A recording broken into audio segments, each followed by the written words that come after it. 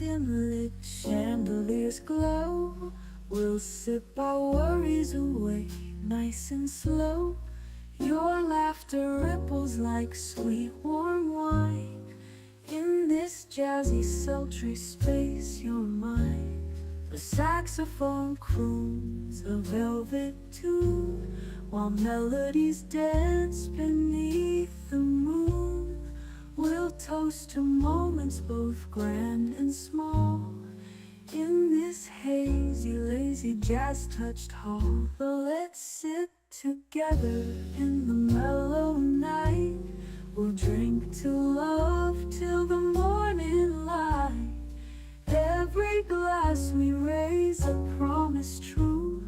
Here's to the magic in a drink with you.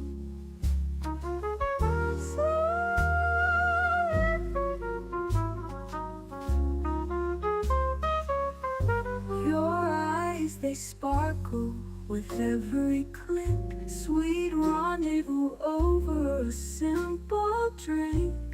We'll share our secrets in whispers low, just you and me where the jazz flows slow. The world outside fades into the mist, but here it's our own dreamy tryst. With each sip our worries drift away. Let's stay together till the break of day. So let's sit together in the mellow night. We'll drink to love till the morning light. Every glass we raise a promise true. Here's to the magic in a drink with you.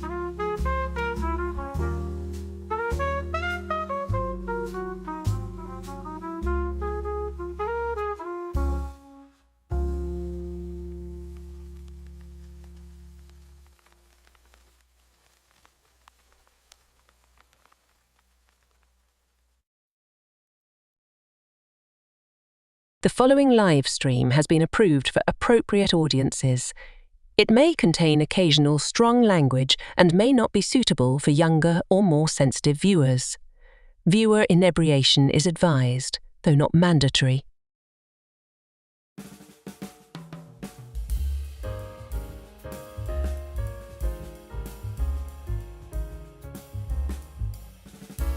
Good evening, happy Friday, and welcome to Last Call, where we pour out the bitter dregs of today's headlines.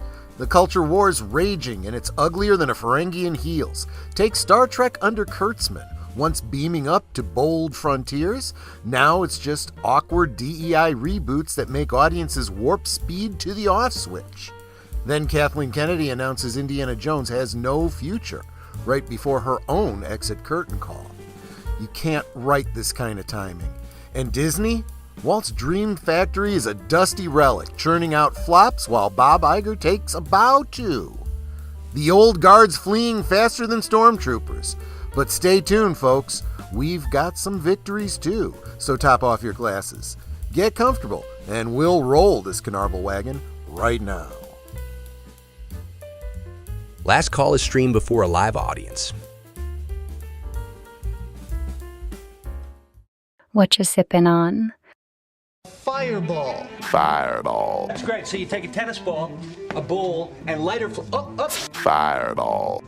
Fireball. Fireball. Guys, hey, how about we settle this over a friendly game of Fireball? Fireball. Ultimate Fireball. Yep, if you join me for Last Call, you know about the Fireball Sour that I am sipping on tonight. And it's got a healthy dose of cinnamon syrup, which does two things. It ups the heat, but it also sweetens it, which makes it go down a lot smoother, and that could be a dangerous combination. Ooh! It is hot, but good. I also have it's kind of a sour because I was afraid it was going to be overly sweet with the syrup, so I kind of went a little heavy on the lime juice. And man, that's really hitting the back of my throat, but in a good way, in a very, very good way. Did you taste this one? I did. And you know what? Speaking of this, let's get just a reminder of what I was sipping on last week. I was having a Blue Hawaiian last week, but it was supposed to be a Blue Dragon. But now that I have the cinnamon syrup, this is a very sweet, very tasty drink. Not my kind of drink. That's more like a dessert drink. I would drink that the same way you might drink a milkshake. But let's get Netter of Netter's Network in here. Hello, my dear. That is her drink, so I know what she's sipping on. What do you think of it? I like it. When you start talking about, drink being like hot and all that, I'm looking at my drink going, no, it's not. And then I realized you were drinking something completely different. I'm drinking something completely different. Yours only has what do you taste the cinnamon? I could have gone a little heavier with it.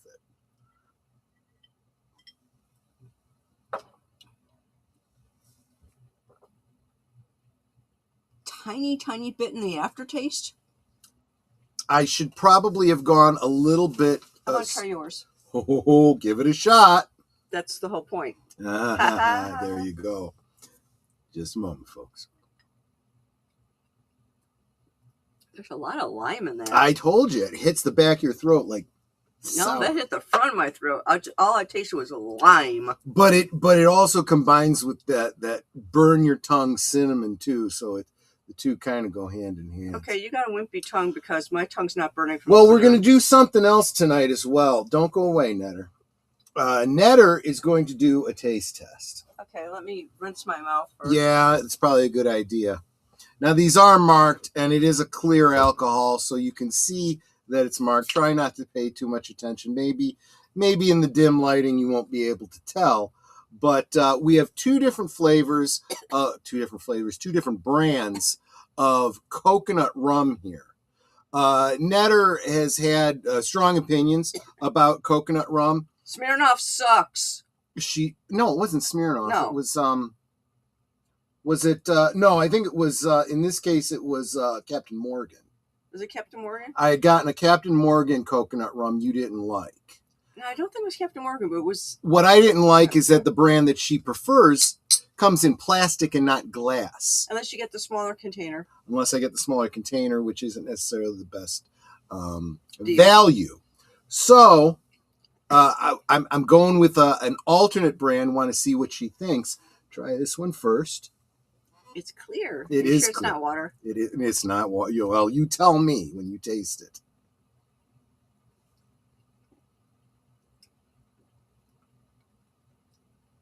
It's okay. Yeah. You're not used to drinking it straight anyway. No. And then, maybe cleanse your palate and then try that one.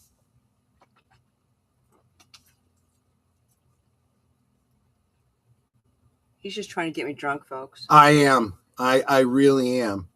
Baby, it's cold outside. What's in this drink? Well, it's rum. This one is sweeter. In a good way? I'm not sure. In a mixed drink, it probably wouldn't matter that much if you don't find either of them to be terribly objectionable. They do taste completely different. Uh-huh. The second one is much sweeter. Mm-hmm. But then the overall palate, if you take away the sweetness, seems to be the same. Mm-hmm.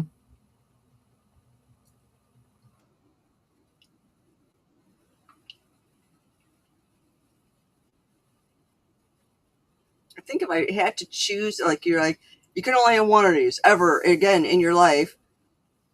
Maybe this one, the first one. Okay, well, that's Malibu. So we're going to stick with the Malibu, I guess. And I forget the name of the other brand, and maybe it's best that I don't say because it's the one she didn't choose.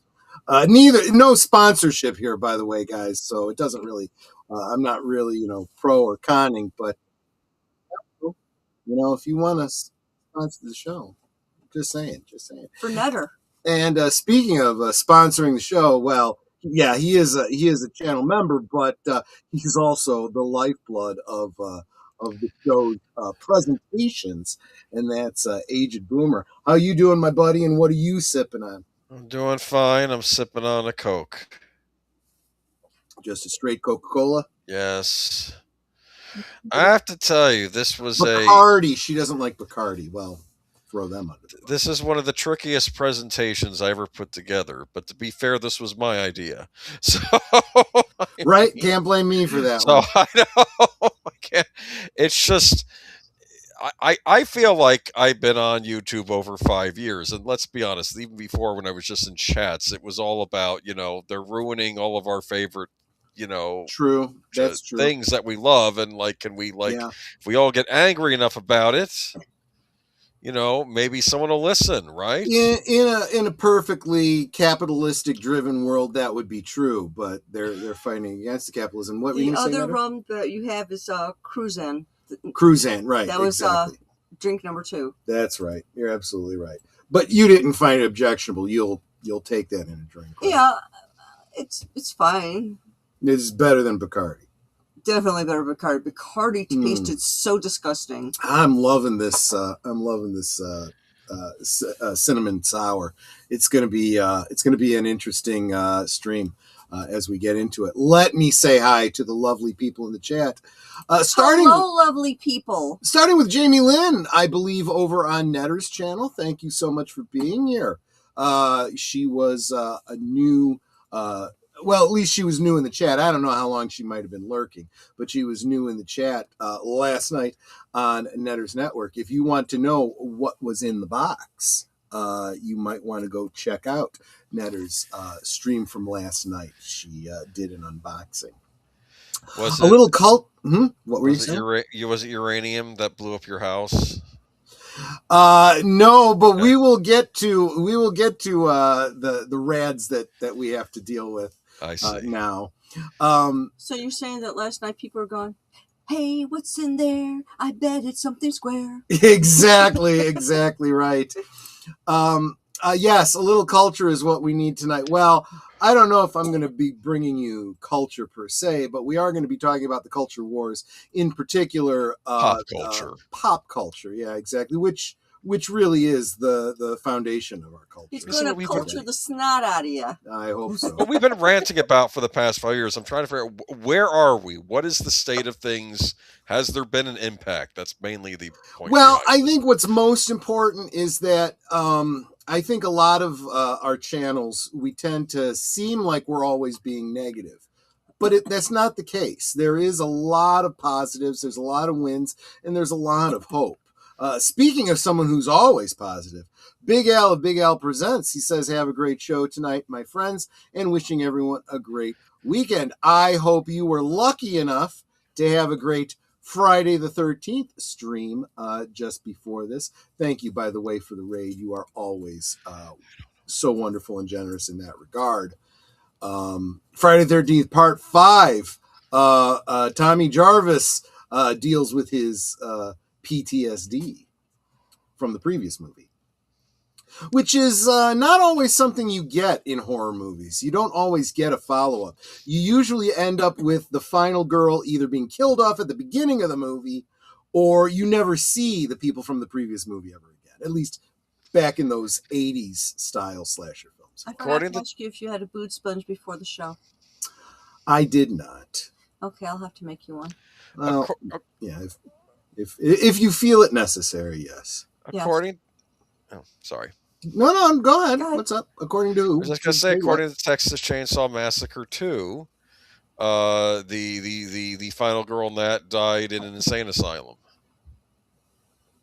Okay, so she never really got to deal with it. She kind of if you want to treat 2 as canon, but it was that's what got Dennis Hopper angry why he was going after the Sawyer family, because he was her uncle. So he was trying to hunt them down. I see.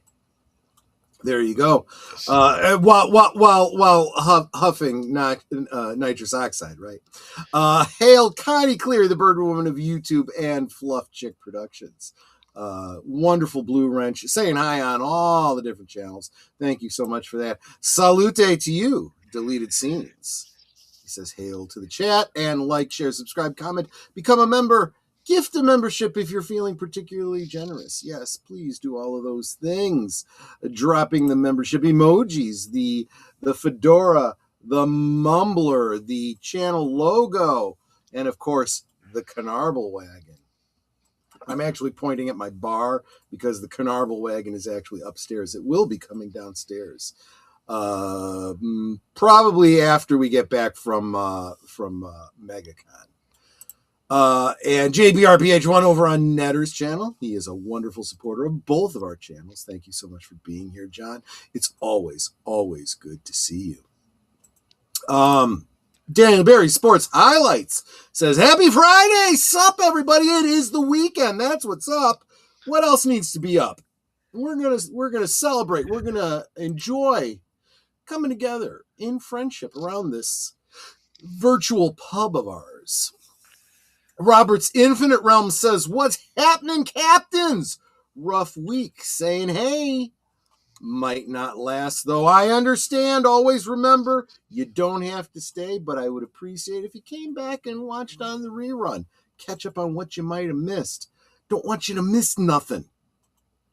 And then there's that Netter girl who's sitting right across from me that still communicates to me by typing into the chat, which is perfectly fine. Oh, of course. I'm announcing my love for you. Yeah, absolutely. In fact, you are calling me the love of your life, and that works out perfectly because you are the love of mine as well. Well, there's that. And she also is saying all the clicky things like share, subscribe, leave a comment, become a member, gift a membership. Please do all those things. Help me, please, to get back to 100 members, which was where we were at the end of the year. And then holidays happened and, people just get them back in here. Get them back in here. We miss our family. Rum should be rum flavored. I just polished off. Well, did I finish off that rum raisin? I don't think I did I? Did I? You finished off the rum raisin. You didn't finish off the mint. And I never even got to taste the rum raisin to see if I liked it. Damn it. Alexa, add rum raisin ice cream to the shopping list. Got it. I've added rum raisin ice cream to your shopping list. Darn, just have to buy more rum raisin, I guess. Sounds like someone's got a serious rum raisin habit going. At least it's a delicious problem to have. Well, my problem is I'm not really good at sharing. That's really my problem.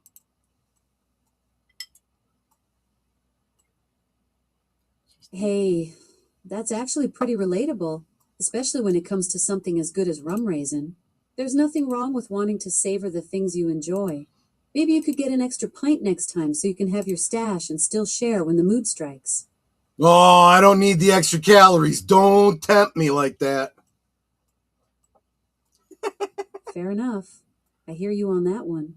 Guess you'll just have to perfect the art of eating it really slowly to make it last longer. That's some good advice. Thank you very much.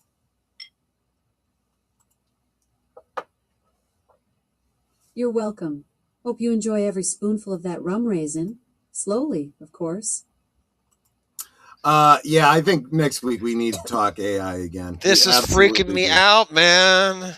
The only thing that's really rough is that it is so processing heavy that it takes her time to think about the next. Yeah, but that's now, give it 10 years. It'll be snap. I'm telling you, Grok is like Johnny on the spot. I will sometimes when I have a lot that I want to get into a prompt, I can't say it because if I pause or anything, the computer starts talking. So what I do is I type it out and I drop it into the chat.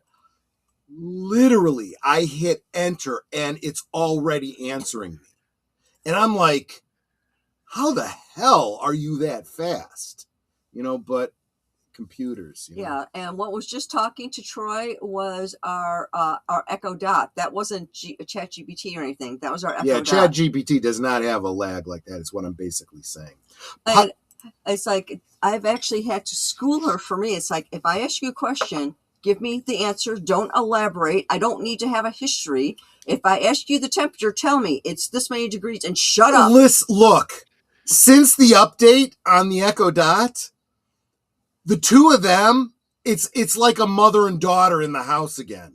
It's like they butt heads, and that Echo Dot is just, it's angering how passive aggressive it is. I'm like, if you talk to me that way, you'd be through the window. Yeah, at one point she goes, there's no need to be snarky. I'm like, excuse you? Yeah, exactly. I could unplug you, you know. Which she had a response to as well. So, you know what? We should save that for next week. I'm sorry, we're getting off topic here. But Nate says Pirate Bay coconut rum, which is Captain Morgan. So maybe I haven't had Captain Morgan in the house, at least as far as coconut rum. It might have been that I had, what was the one you said that you didn't care for? Malibu. No, Malibu's the one you like.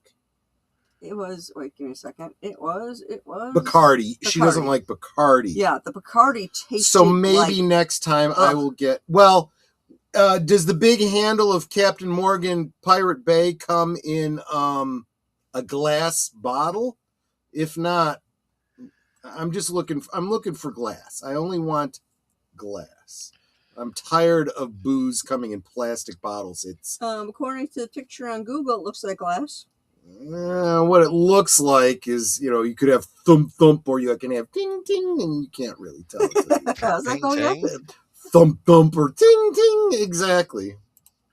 Captain Morgan is horrible. Okay, well, we'll stay away from Captain Morgan. Well, I also want to say hello to Robert's Infinite Realms. How are you doing? I should really be fair to Netta. If she likes Malibu, I should just friggin' get the Malibu, right? Why am I screwing around? Yeah, I don't your choice of alcohol.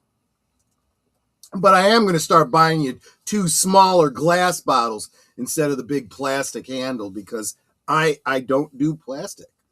That's what we did this time. We got the glass bottle. She's right. That's what we did. Can you tell when an old married couple were sitting here bickering? Yeah, it's true. Bickering.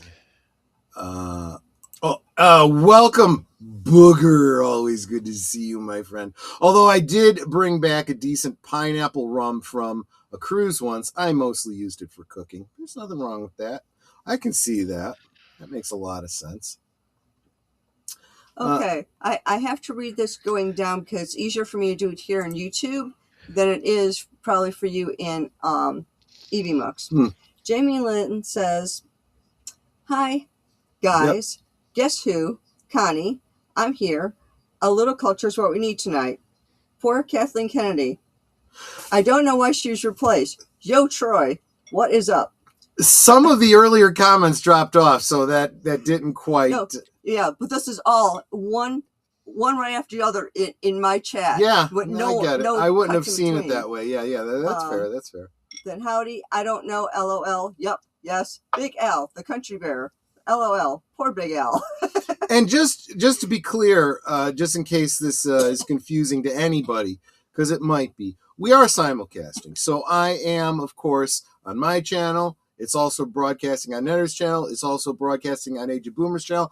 Everybody, please make sure you are subscribed to Age of Boomer. We need to get him to the magic number. He is criminally undersubbed, and he really is the secret sauce that makes both of our channels Yes, work. He needs 133 more subscribers. Yeah.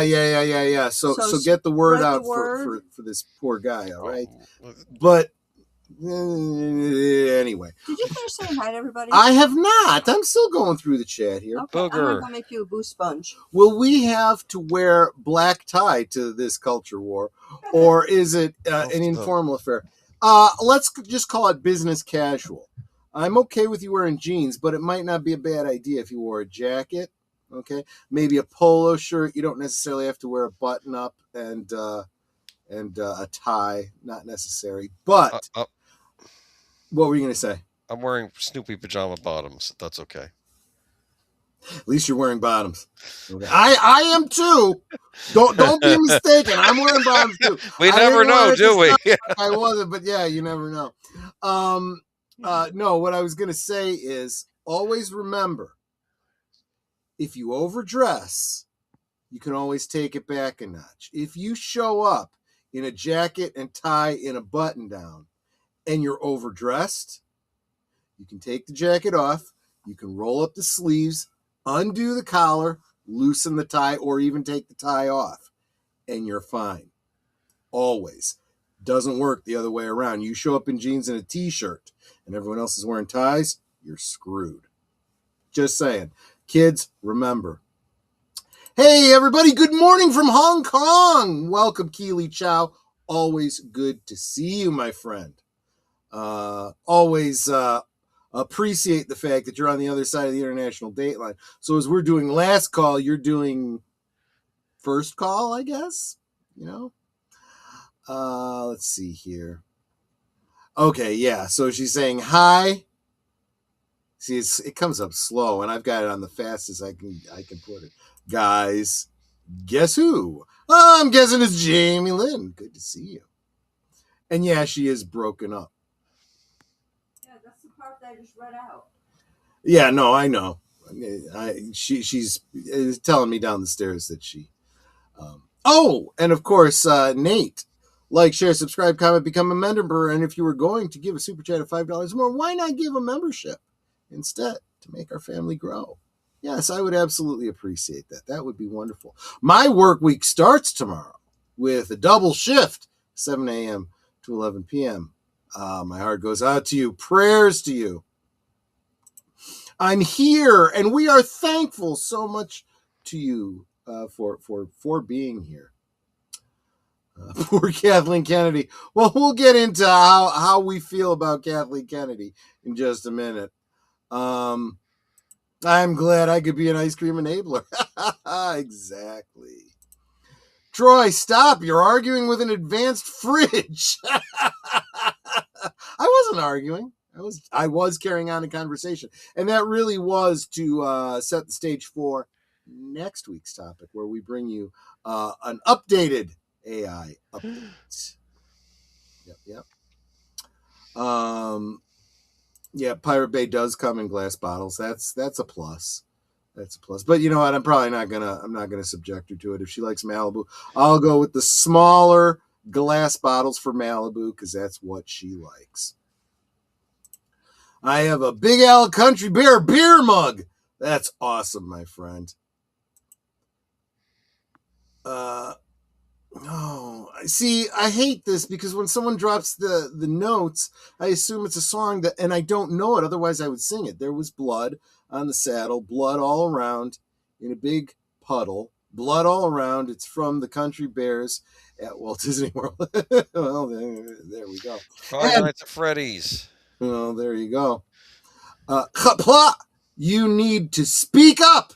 You're compensating with competing with two banshees. Well, yeah, if there's the argument going on, yeah, you're absolutely right about that. Woo-wee. Well, do you want to get to it? We should get to it. Because it's all well, we're actually pretty on schedule, I believe. We're a half hour in. We took our time greeting everybody. That's what we do, right? You sounded like Ric Flair there a minute ago. Woo! The wrestler, remember? Okay. Vaguely. Okay. I'm lucky I can remember anything when I've been drinking. So right. let's go into this. Let's get to the presentation. Into this.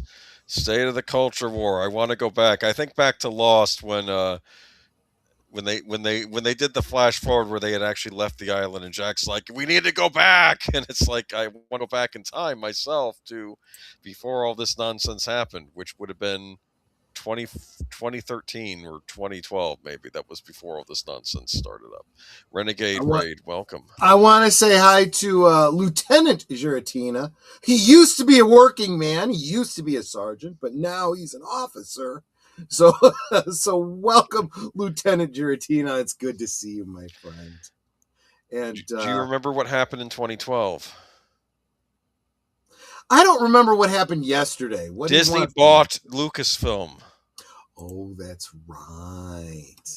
Yeah, that was look, if you can go back to 2012, in your mind, go back to what you were thinking in 2012. I think we all thought, maybe it'll be okay. Maybe it won't be so bad. We're now out of salami. Okay. Thank you very much. Nutter made me a sandwich. You did not hear me ask for a sandwich. I did not tell my wife to go make me a sandwich. She just made me a sandwich. It's not just pepperoni. Salami. It's cured in a very similar way to pepperoni, but it's a much larger sausage. Oh, I've had it. I had it when I was used to have it. It's a more garlicky flavor and less, hot kind of. I used to have it as a kid. If we used to bring it to school, but oh well. Anyway, want to say hi to Hoot Owl. Welcome, good to see you. Yeah, you got here just in time. We are just starting. Let's get into it. All right. Yeah. That's Marius from Diablo 2. Okay, yeah, you're going to be talking the games. No, this is just how I feel. This was, I think, Frank. No, it's your wheelhouse. I don't know the game. I could be wrong, but did Frank Gorsham do his voice? But yeah, he's telling his story, and he's all withered and worn out because he went on the horrible journey of Diablo 2, and he's talking to what he thinks is an angel in the room. Turns out it's actually just another demon in disguise that he thinks is an angel. And he's explaining about the Soul Stone and the whole horrible story of Diablo 2. But he just looked, and this is sort of how I feel. 5 years into me being online, and I'm like, where are you saying you think I'm a demon? Is that what you're saying? I am saying that I feel that the ranting for 5 years, and I'm wondering, has it accomplished anything? I'm not just saying you and I'm just saying the community in general. Like, I'm thinking WW Pro, Critical Drinker, everybody. I'm just saying, has it had an impact? And we're going to get into Absolutely it has. Not as much as we would like, but I do think it has had an impact. So are we winning? Not sure I'm ready to declare a winner just yet, or if we're winning, but we have had some wins. You still? What do you think, huh? What do you think, huh?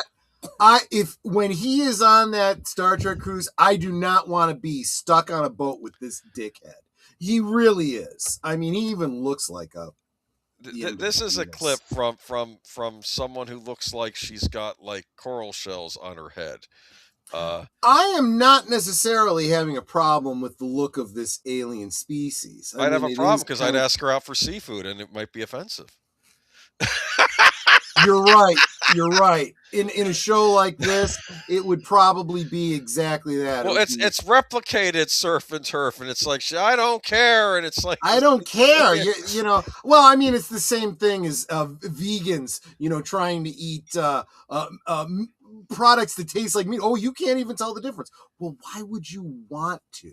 Maybe she likes split pea and hand soup.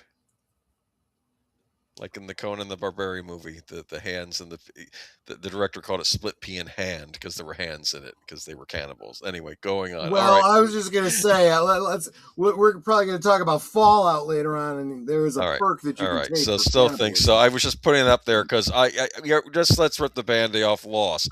This is a loss, and I want to say, and you and I were on the same page. This was my pick too. 9 years of Kurtzman Trek, 9 years, and trust me.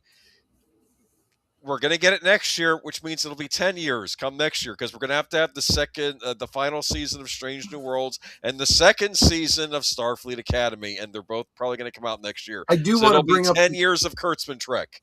Yeah. I'm talking about 10 years of Abrams because that goes on even longer. Go ahead. Yes. I do want to bring up this comment because it ties directly to the last slide. Still on topic for this one. Picardo has officially fallen as much as Stewart missed a chance to retire gracefully as an established contributor to culture. Look, this is my biggest problem with actors as well as politicians. It used to be politicians had the grace when they left and they retired, especially I'm thinking mostly presidents, right?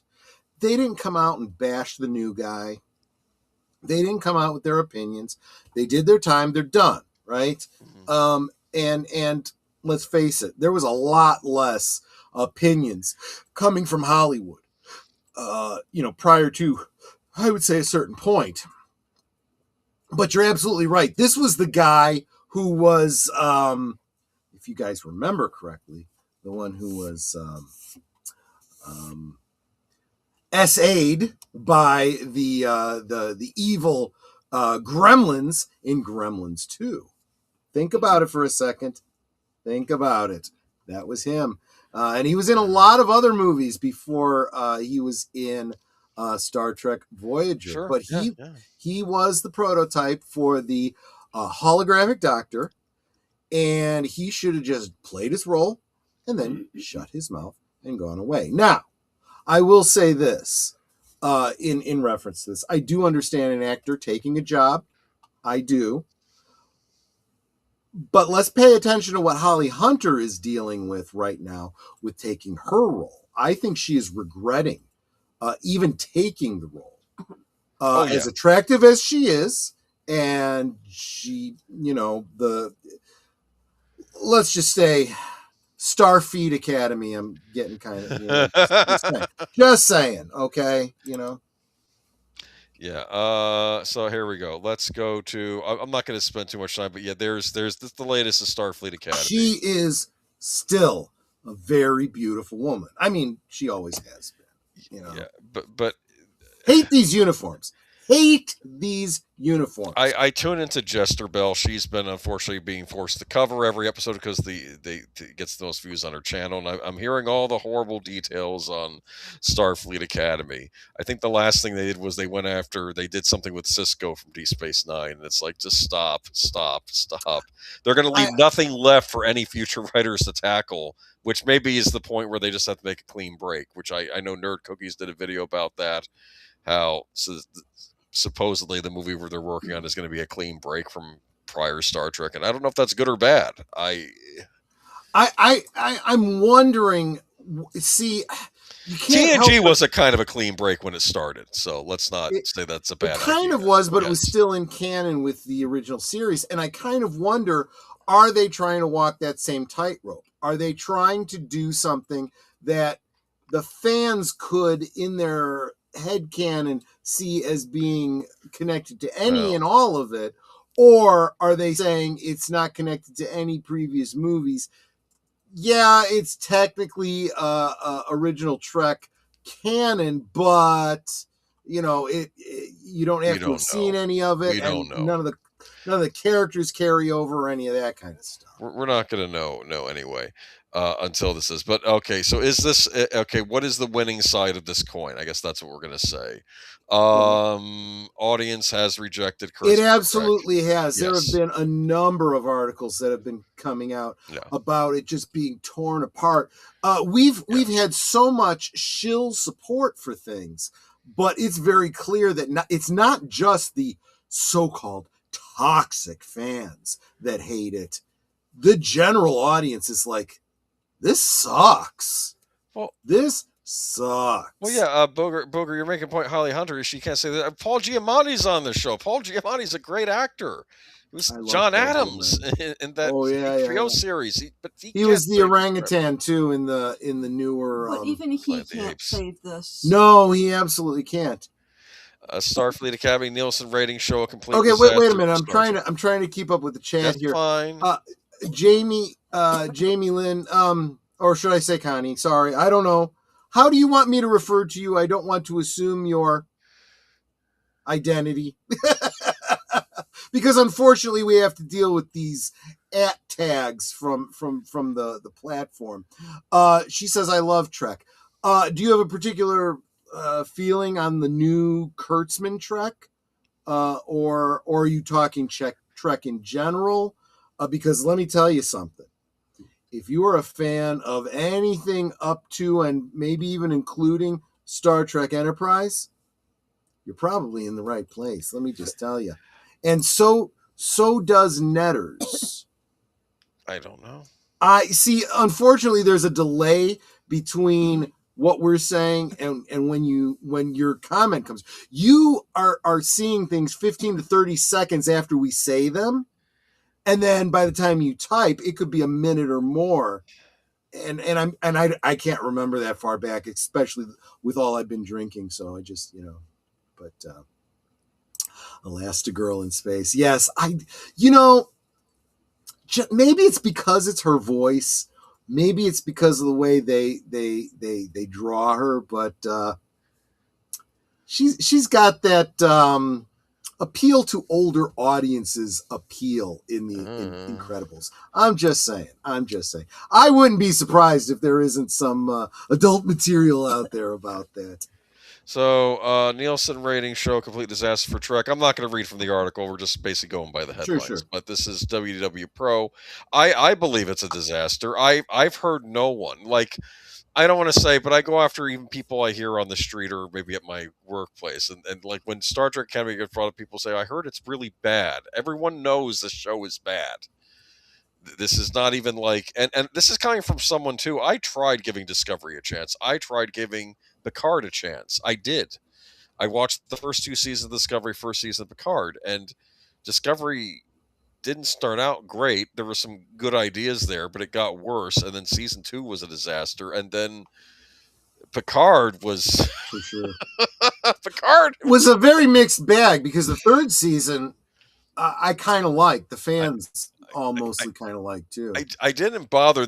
I think the difference between Picard and Discovery, which was interesting, whereas I think with Disney Star Wars, a lot of the problems are all stemming from the same place. I think with Star Trek, what made Picard bad was different from what made Discovery bad. For instance, on Picard, I felt sympathy for a lot of the characters. So I thought that these would have been great characters in a normal Star Trek show. Whereas on Discovery, I don't think I liked any of the characters. So it was that. That's an excellent point. My favorite is Deep Space Nine, but that's only because Babylon 5 was breathing down its throat. There is something to be said for competition, right? I love the fact that, that's, this is why the free market system works. If you want to compete, you need to be better. You need to be better. And let's be honest. The first couple seasons of Deep Space Nine, it started getting much, much better. But there were some good episodes even in season 1. There's that great episode with the Goldar heel, and he's in the prison, and that was from season 1. There was great episodes in the first and second season of Next Gen too, and those were also very much the weaker season. Maybe the second season of Next Gen. I don't know. But I guess the 2 episodes were okay. Yes, there is this striving to get better. And do you know the history behind the connection between Babylon 5 and Deep Space Nine? Why they're so similar? It was pitched. I'm sure you actually do. It was it pitched as an idea for Star Trek, and they rejected it, and then J. Michael Straczynski took it to make his own show, and then Star Trek ripped off the idea anyway. Basically ripped it off. Yeah, exactly. So there was a reason for there to be that kind of competition. I absolutely agree. Star Trek, rest in peace, 1966 to 2005. Well, basically, keep in mind that anything that came after 2005, legally speaking, I'm not talking, this does not apply to Lucasfilm. It's a very different circumstance. Anything from 2005 on is under a very specific license. Good.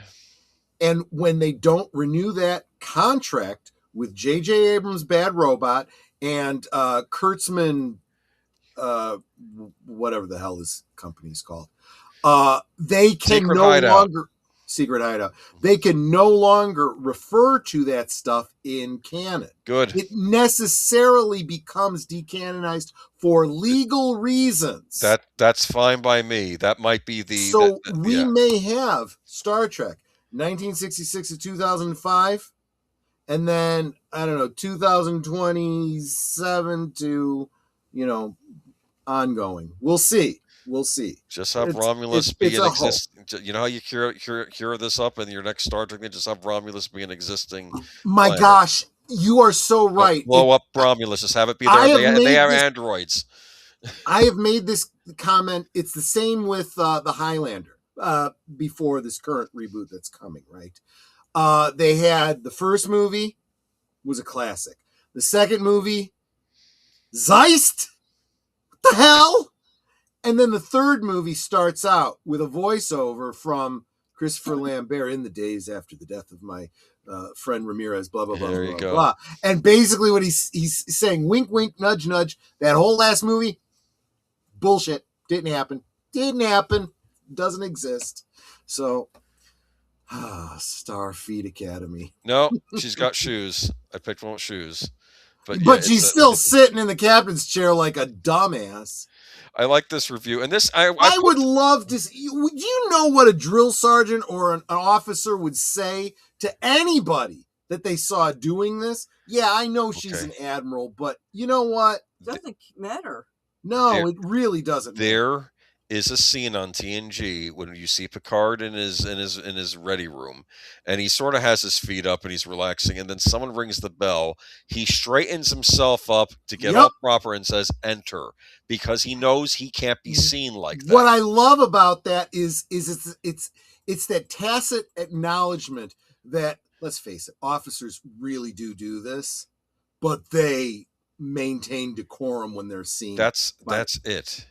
By people that answer, Elastigirl is hot. Yes, she is. I'm looking at the image you have up currently, and it's like, is this her yearly yearly physical? Yeah, exactly. Well, either that or female exam. Yeah, it should be up in the stirrups, right? Or is this her trying to be sexy when? Oh no, this is just her reclining. That looks stupid. Okay, this is here because the headline says review Star Trek Academy is what happens when Star Trek forgets itself. This is not some I don't know if I want to use a term on your show, gripe or whatever. This is maybe that's the wrong word. Like this isn't like some toxic fan site like WW Pro. I'm joking. Okay, this is a mainstream outlet. They say this stuff is not up to par. It's not good. Okay, no one admits it is. I love this comment. I'm just glad they haven't touched Buck Rogers. Those are prime puberty. Give it time, man. I don't trust them with anything. Keep in mind when the mindset behind Buck Rogers in the 25th century was meant to be like James Bond in space. So they really went in that pilot movie that they did. That's interesting. An opening that was very, very similar and reminiscent to a James Bond opening with the sexy girls actually injuring themselves on hot lights, but be that as it may. Well, she doesn't even look comfortable there. It looks like she's struggling to hold her head up. Well, in fairness, this is mid-scene, so she's like probably going to sit up or acknowledge someone. Probably the next hour she's going to be like talking to the students like this, yes. Highlander movies, there should be only one. There should be only one, yeah. We're going to have an update on that for Sunday. I kind of disagree. I kind of agree with that, but it is something I am hopeful about. We'll see. The term is never mess with Janeway. I had my reservations about Janeway to begin with. Maybe she's an interesting captain. I might have been carrying over some certain feelings since Remo Williams. But that ended very quickly when I really look an actor really. Once they get into character, you no longer see her as the actress, you see her as Janeway. And she played a character that was complex in a very complex situation, dealing with complex moral issues. And sometimes she did good, and sometimes she did really not good. And that makes for good stories. Look, no, I think she was, there were times where she had to be kind of ruthless because she's trying to save her career ship. That's what I think is going on there. And then you put her up against the captain of the what was it? Was it the Prometheus? Yes. Which was like breaking the Prime Directive, right? At all costs. Yes. You know, it's like, okay, that's way over. They were almost they were killing members of a sentient species to get further along. That was a. One could make the argument though that Janeway did the same thing with Tuvix. That's a very complicated. I have to go back, yes, and re-explore Voyager. Frankly, Paramount, please remaster that show. Oh, what happened? Amen. Okay. Amen. Okay, let's move on from Star Trek. We've got a lot to cover here because okay, what? Where no one sat there without permission from Stewart or Frakes. Do you know what was funny? I was actually, whenever I go to maybe click on and just to see how bad these new Star Trek shows are, I forget that the old Star Trek shows are on there, and I just click on one of them, and I clicked on the episode where Vosh was visiting the Enterprise, and she's sitting in the captain chair when Picard comes up, and it was this. Are we allowed to do that? Well, it's the captain's lady friend. Like, they were sort of being nice to her because they thought that they were kind of thinking. Picard likes this woman. You know? Exactly. It's like we're not really, but you know what? It is kind of incumbent on the captain to, say, yeah, she has carte blanche. She does my noodle, therefore she must be allowed to do whatever she wants to do. Or no, maintain protocol, whatever it is. Uncomfortable. And then Beverly Crusher. Oh, I didn't know you had a friend over. Like she said. I'm like, because they always toyed with those two as well. Look, there were things about Star Trek: The Next Generation that made me really freaking uncomfortable. Do you remember the episode The Game? Oh gosh, yeah. Do you know where I'm going with this, Netter? So you have this game, right? Which honestly was a precursor. It foretold what we were going to be dealing with social media, the endorphin hits that you get addicted to, right? And it kind of warps your mind. It was kind of on steroids, but you get the idea. So they're playing this game, and you're seeing it from Beverly Crusher's point of view, right? And she's like reclined playing this game, and every time she, scores a point or gets that little dopamine, she's like, oh. And then Wesley walks into her view, and she's like, oh. And it's like, oh, this is getting super effing creepy. And now she's trying to get him to wear the goggles or whatever. It's like, this is like some sort of adult parody thing that I don't want to see, Yeah. Well, anyway, moving on to the MCU, as you called it. These are Troy's words, not mine. Well, it's not like I came up with it. There we go. This goes back to the comics. There you go. Look. It's from the Marvels. Look, this is where I'm going to say something that's probably going to get like half of my audience unsubscribing.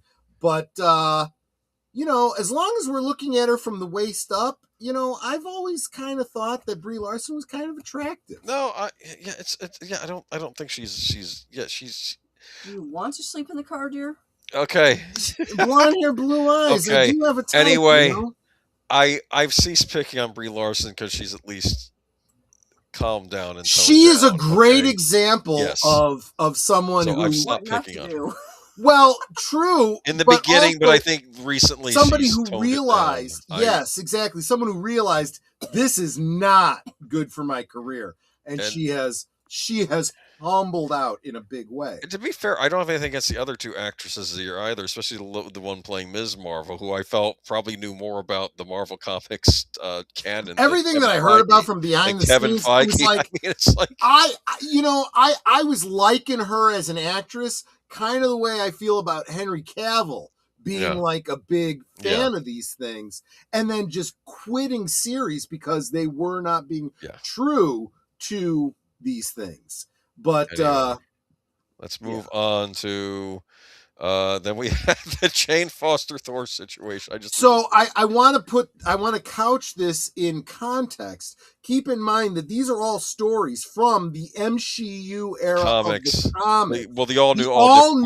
All different Marvel, where they were race swapping and gender swapping all the characters, so that Kevin Feige could make the argument, well, look, we're being comic accurate. Yeah, how did those comics sell, by the way? Marvel almost went freaking bankrupt as a result. We're going to get into that later. So here we go. We have the twerking scene on She-Hulk. Right. I want to, you know what? This girl gets it. You're among friends here. She says, Ms. Marvel, the original Captain Marvel is Monica Rambeau. Yes. To be fair, they did have her. The blonde was Ms. Marvel for years, and then she took the mantle of Captain Marvel later on. I felt that Monica Rambeau was done dirty in this, and for a company that's claims that this is all about diversity and inclusion, screw you. These characters were already diverse and inclusive if you actually followed the comic book canon. Yeah, Troy's getting hot. Mm-hmm. Well, it's the cinnamon. Eat your sandwich. I'll get to my sandwich when I get to the break. No one ever said Brie Larson was ugly or a bad actor. She was wrong for the role of Captain Marvel, and she got stuck with bad writers and directors. Yeah, well, Yeah, that's you're good right. to know, You're yeah. right. That is a huge part of it. I mean, there's the stupid things she said when she was off script, but the biggest part of it Right. was what she. Well, that was probably the biggest part of it when she had. Is that a personal attack or I don't care what some white dude says about A Wrinkle in Time. It wasn't made for you, and all these other comments that she made that really pissed people off and didn't like her. But that has nothing to do with the role that she played. She played the role as written and as directed, so you kind of can't blame her for that. Actors in that era were probably done dirty by their agents who fed them false feedback on roles. Well, and there were just immature people that believed their own hype. We could talk about, and we probably will talk about Renee Zegler, right? We'll get to that. But what the hell is this bull crap? It was the twerking scene. And then we had Agatha all along. Got a big butt. It was friggin' Agatha all along. Yeah. Okay, this is what gets me. You got Hulk, which is a white girl, and then you had the black lady next to her. Mm-hmm. Her butt was bigger than the black lady's. Well, because she's all gamma radiated, hulked out, apparently. Yes. And she's way better at managing her anger because she's a woman, and she does Michael like She-Hulk? I'm wondering. I'll have to ask him about that because I Michael French. Yes. I don't know. No. Well, you know what? We'll talk to Tony about it when we do. Because to be fair, I've not seen the show. I do know that there Fair were enough. some feminist rants on it, but yeah. And then we have Agatha all along, which is another witch show. We'll be doing another witch show in a little bit. Again, taking a villain and turning it into the hero of the show. Okay, so people don't know the difference between heroes and villains. So we have here mass layoff at Avengers Doomsday Production Company as Russo brothers cut 15% of staff. So this is in my opinion, I see this as them starting to realize, holy crap, we've been overspending on things that people aren't going to see. We really need to frickin' back off. We need to cut the fat, so to speak. Yes. And let's see, what other articles did you have here? Okay.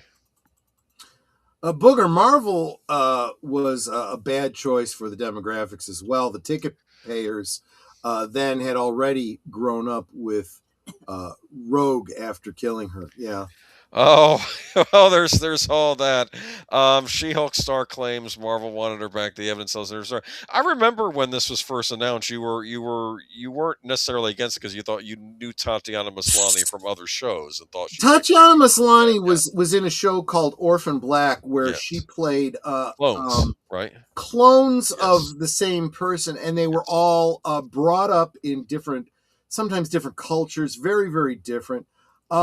She did a fantastic job. She did. I mean, she was, we've talked about people that have played people with multiple personality disorder. And when it's very clear that they're playing one character or the other, or one character pretending to be the other personality. And she had this down, and she was playing like 9-10 different personalities. It was freaking amazing. And one of those characters was gay, which kind of makes you wonder, where were they going with that storyline?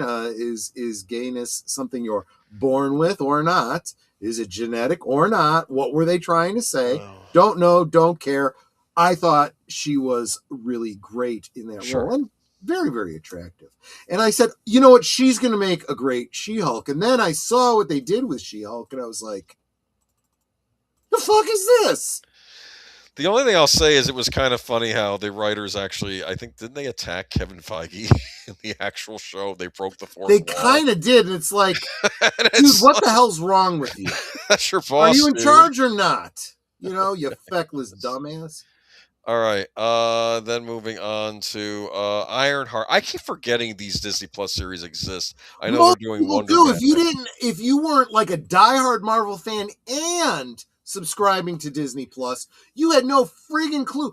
I haven't heard dick all about Wonder Man. I mean, I saw a couple videos go across my feed. I didn't even bother clicking on them because I wasn't interested. What about the Daredevil revival? Was that Wonder any good? Man was a character. He's a deep dive character from Marvel that I honestly believe that they used so that because there was a Wonder Woman in DC, Marvel said, we're going to get Wonder Man. We're going to get Wonder Man. And they created a, superpowered character. I don't know anything about him from the comics. They decided to make a series out of him. Again, a character nobody knew about or cared about. They race swapped him. Again, who cares? Because, there was nobody talking about the race swap because no one gave a crap about the character. Oh, yeah, I would love to hear your thoughts as someone who saw Ironheart. I unfortunately did watch at least the first couple episodes of Ironheart because Doomcock had me on his panel, and it was kind of like required watch. We're going to be talking about this. Did you like him or was it? I hated it. Okay. Because she clearly was a villain character. She steals technology. She goes on a mission that is clearly a criminal, illegal act with other criminals. How is she a superhero? I don't understand what they were trying to say there. Right. That's what I was kind of trying to say, Nate. Wonder Man only exists because Marvel didn't want DC to make a Wonder Man. Exactly. What's hilarious is how Disney lost the deal to sell YouTube ESPN because they kept anchoring unwanted Disney Plus content like Ironheart to the negotiate. Yeah. And keep an eye on the whole Warner Brothers thing. We'll be talking about that more going forward too. Very similar stupidity going on there. Sorry, Boomer. I always want to focus on the... It's all right. Let's move on from Marvel, but we're going to touch on them again in a little bit because I have another medium we're going to talk about. Loss is Kathleen Kennedy killed Star Wars. That was your words. She did. I mean, let's... At this point, it's even just anyone who's objective agrees that's true. Now, here's another one. The actress, she hasn't done or said anything publicly like the other actresses. She's been respectful to the fan base, even when the fan base has attacked her. So I think she did the best in the role that she was given. She was... I'm assuming she didn't know much about Star Wars before she signed up for it. I can totally understand. That's someone fine. It's the role. She's gotten a bad rap. Look, I have not really seen her in anything else, so I don't know what her range is like, how good an actress she is. She was serviceable in the role that she was in. Okay. I think she's an attractive enough girl. She really is. But yeah, these three films were a steaming pile of crap. Let's move on to, and of course Mark Hamill reprising. I can't see this enough. This is another one where this was humiliation. This was Ryan Johnson moron humiliating the audience. Was cucked in his role. Yeah, and then he became the gimp for Hollywood. He really did. He was like, mistreat me more because I'm a white male and I deserve to be hated. Well, I don't know what this was just. I think this is Ryan Johnson just trolling the audience. But you're absolutely right about that. But this Dingleberry was complicit in it. He could have turned down the role. Geek Flex says the Disney Star Wars cast were great. They were all done dirty by the writers and directors. Yeah, especially John Boyega, who I thought was going to be the protagonist of the series. Other than this guy, who I've lost all respect for, every single one of the new actors that played new characters. Well, no, I take that back. I lost a lot of respect for Laura Dern too. But other than them, I would go see anything that the gal that played Rose Tico, anything she was in. I'd go check it out. I'd give it a chance. John Boyega, he was good. I liked him. The one that played Poe Dameron. Oh damn! I mean, Dune. You know, well, Oscar Isaac's a great actor. He's great. I love that guy. He was Baron Frankenstein in the newest Frankenstein. He's excited to watch that. KK didn't kill Star Wars. Oh wait, I didn't bring it. Sorry. She didn't kill Star Wars. She stabbed, choked, hanged, eviscerated, bludgeoned, shot, inflamed, acid dipped, flailed, skinned, pulverized, and quartered Star Wars. Yeah, she kind of did. Okay. She literally, her words would probably be deconstructed. She took it apart to the last screw. Of course, we had the Acolyte. That was the most recent Star Wars thing. Oh. I'm sorry. I'm gonna have to push back on you on this one. No, she's Rey Palpatine. Let's call it the way it really is. Okay. Well, we didn't. To be fair, we didn't know she was Rey Palpatine until the third movie. You'd figure that would have been a great cliffhanger for the second movie if they had thought this out. That character became the poster girl for identity theft. Yeah. And of course, we had the Acolyte, which I know several people thought wasn't going to happen, and it did. And the power of one, the power of two, the power of many. Did you ever see that clip when they overdid the voice with AI for James Earl Jones, and he was and Luke saying, "Yes, what by the power of many?" And he's going. Oh, it was good. Oh, and then it does as he falls down. I thought it was funny. Anyway, yeah, so is there a win? Is there a win here? Nate, I don't know. She is Rey Palpatine, but she identifies as Skywalker. I don't want to make a declarative statement here because this maybe this is a bridge too far, but I at least say I think the mainstream audience give us stars, or I don't think it's as big as it used to be. Oh, no doubt about it. I don't know though. We'll know when the movies come out. Based on the numbers that we have been able to ascertain, they have lost so much money on Star Wars. I'll leave Eric Butts alone. I'm sorry. They have never even made back their initial investment of $4.5 million. Daisy Ridley cast doubt on Rey. Star Wars movie news 2026. It's not happening. Canceled. Everyone knows it's not happening. Just like Rian Johnson's trilogy isn't happening, and all the other projects that they've announced aren't happening. Now, what's going on with Mandalorian? Because I know a lot of people liked The Mandalorian when it started. Have people turned on Mandalorian also? Mandalorian is the king of beers.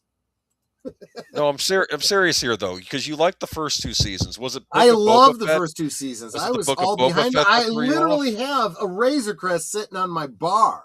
That's how much I liked it. I was that positive. I was so hopeful. But once again, Grogu is another one of those cash cow characters that they made him the center of attention when he shouldn't have been gone past the first season. It should have been, your mission is to bring this creature to, you know, the testing facility, and he gets a conscience and says no, and he turns him over to Luke Skywalker. That's at the end of season 2. It. That sounds like a complete story, actually. But they could have always done another 2-season story about something else. But they had to keep them together because they wanted to get the marketing going. Belay the fact that they missed their opportunity with the marketing. They should have had the toys out the year before, but once again they didn't plan. And suddenly they were taken by surprise. So people were making their own Grogu merch on Etsy. And by the time they started putting the stuff out, it's like, I don't need it anymore, you know? But apparently people did not like the Super Bowl spot.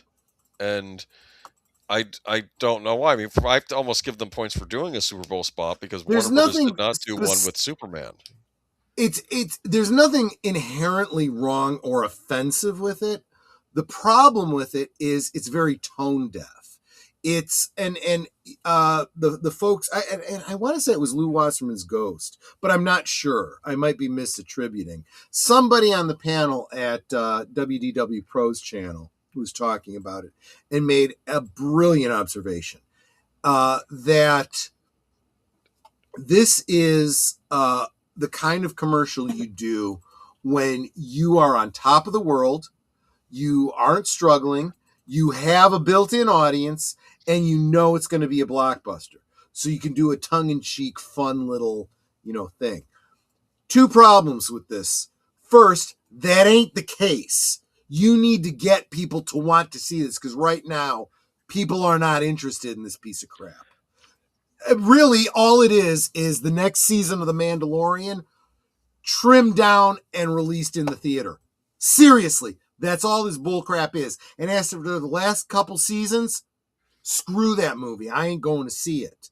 There's nothing in this trailer that told you anything about the show or the film to make you want to see it. Second thing, it was clearly meant to be a parody pastiche of the old Christmas time Budweiser commercials.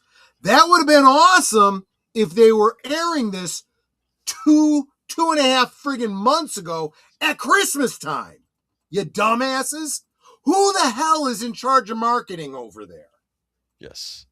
Mandalorian and Grogu has the lowest budget of any Disney Star Wars movie. Now, from what I was reading, what is it, like $100 million or something? Which, to be fair, I don't know if this is necessarily a negative, because we've been arguing that these budgets have been too bloated anyway. So maybe that this is 2 points. First, they're smartening up, right? Yes. They're hoping to not only pull a profit, but maximize their profit by having as low a spend on this as possible. Of course, they've already wasted their marketing budget by buying ad time on the freaking Super Bowl with that piece of shit commercial. Well, secondly, again, keep in mind, this is literally 2 episodes of a series. They took a season, distilled it down to 2 episodes, filmed it, turned it into a movie, sent it out the door. That's what this is. Okay.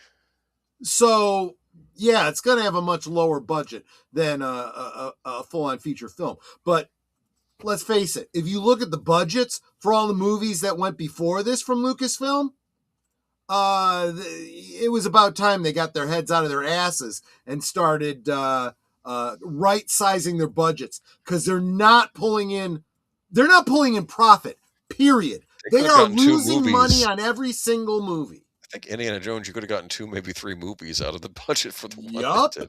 Speaking of which, and that has been their the way they film all along. It's film the movie 3-4 times. No, this didn't do good with test audiences. Let's completely refilm the whole fucking movie again. Double our budget, and then, oh shit, we didn't make a profit. Who could have seen that coming? Fire your fucking marketing people. Fire your accountants. Yeah.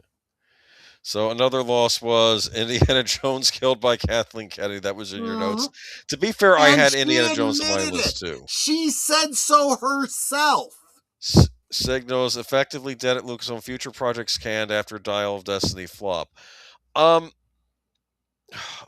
I would also say that Dial of Dysentery was actually a fan success, because honestly, it was Doomcock who came out and told us what the original script was, because he had some inside scoops, and the fans reacted so strongly. Disney was like, fuck it, we can't do that, and completely changed the ending. They had to bring Indiana Jones back. They had to film new scenes and re-edit it. They sealed their own fate. What I had heard was this: they had gotten good feedback from the test screenings, and I think Kennedy showed it. Was it at Cannes? Like a couple months before the movie was supposed to release, and the audience there was so bored. They were bored by the movie. They weren't interested, and then they thought that gave it negative press like 2 months before release, and it's like by the time it released, they couldn't manage it. I think maybe if they had held off, the audience still might have gone to it by Dial. It was designed to flop, but it was horribly Remember expensive. the original. There were I mean, test audiences that saw earlier drafts of this, where the whole idea was to use the whatever the doodah was to change history so that Phoebe Waller-Bridge became the new Indiana Jones and completely rewrote history. This is Marxism, Maoism on steroids. This is, we want to completely wipe away history and rewrite it in our own image, and they were doing it real time. And the test audience responded so negatively to it. And then, of course, Doomcock getting the word out to the general audience in advance really changed things. Dial of Dysentery was designed to flop. I'm not going to argue that. You might be 100% right, but I would go further and say that it was designed to undermine everything that went before it. This is this modern Maoism. This I mean, honestly, they wrote it into the Star Wars sequels. Destroy the past, kill it if you have to. This is literally what they are trying to do with these projects. Oh yeah, oh no, the fans like it. We can't have that. That has kind of been the formula over at Disney. They wanted to make Indy an unperson. Yes, exactly. To be unburdened by what has been. Damn these neo-Marxists. Yes, that's exactly right. You're calling it.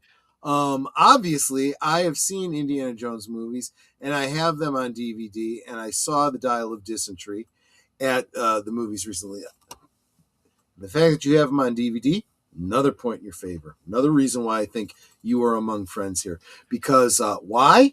Own physical media. So they can never take it away from you, and they can never alter it and change it. You have it, you possess it, and you could be the archivist of our pop culture. I did finally get the Indiana Jones trilogy, because that's all it is. I don't count the other two, but on Blu-ray, so I have them on Blu-ray now. I'm not. If you follow Michael French on Retroblasting, he would say it should have only been 2 movies. Here's the deal. I'm not. Some people hate Crusade. I'm not a Crusade hater. I think Gene Siskel at the time thought it was basically a retread of Raiders, but I don't know. It's still fun. I like seeing Michael makes the point that whereas Raiders and Temple of Doom are part of an anthology that could go on forever, like James Bond. Last Crusade establishes a canon of an aging character that has to retire, and once you solidify that, and you fill in his whole backstory, you fill in who it basically should have been the last one if that's the way they were going to go with it. If they wanted to continue it being an anthology, they never should have done the movie the way they did. They should have just done another adventure. And he never ages, and you swap out the character just like you do with James Bond. That's perfectly fine. I want to say hi to Raquel. Have not seen you in a minute. So good to see you, girl. Just wanted to pop by and leave a like. Hope you guys are doing well. I hope you are doing well. I don't think you. I just don't know, even if in the modern age they can still do Indiana Jones movies, though, because I think really it was something you could only get away with in the 80s. I think now... I disagree. That style character... Okay, go ahead. I'll tell you why. We've had a promo come out for Spider-Man Noir, and I do feel like the reaction to stuff like that, this very retro feel, I think people are thirsting for. That's a hard-boiled detective thing versus world exploring adventurer, which I don't. It's pulp fiction. I understand that, but there's some pulp fiction which just I don't know. And I don't know if I kind of feel like with you and I, we weren't as far removed from the 1930s as, let's say, a Zoomer would be now. I just don't know that the audience is going to come out for this sort of thing. And that brings me Raquel, to my next thing. are you playing Fortnite and streaming it? Should people be going to check out your channel to see you playing it?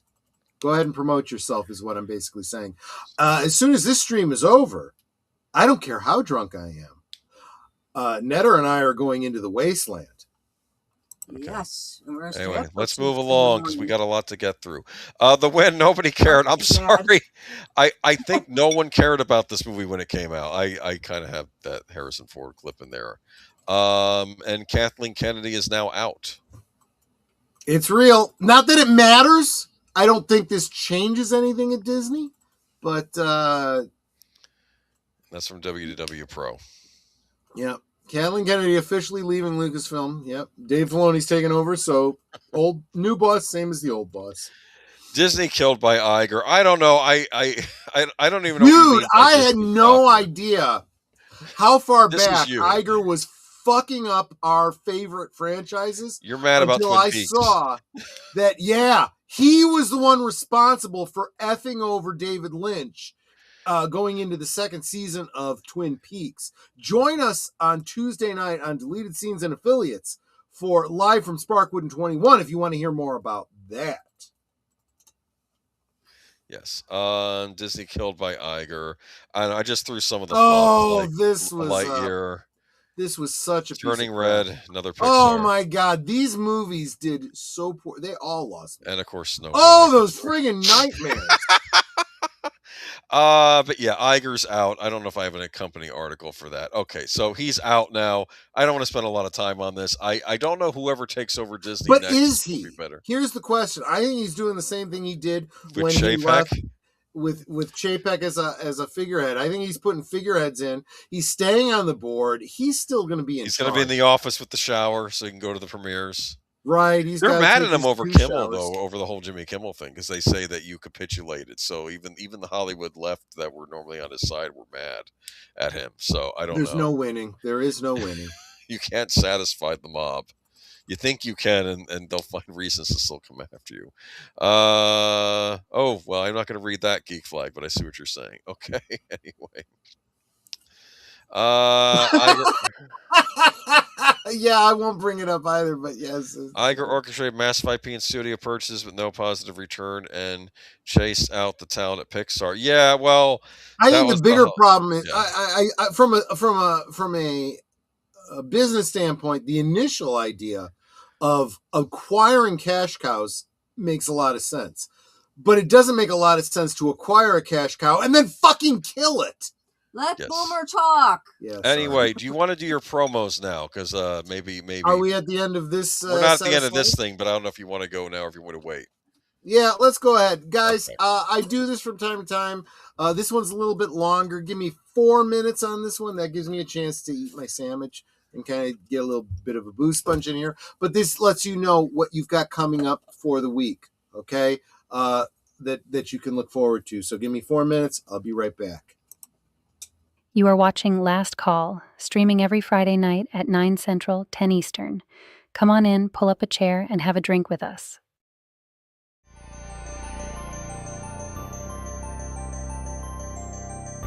This week on Big Al Presents Films with Friends, on Saturday the 14th, a family inherits an old mansion which houses the dangerous Book of Evil that has all the monsters of the world trapped inside it. It's the comedy classic Saturday the 14th, Saturday at 9 Central, 10 Eastern on Big Al Presents.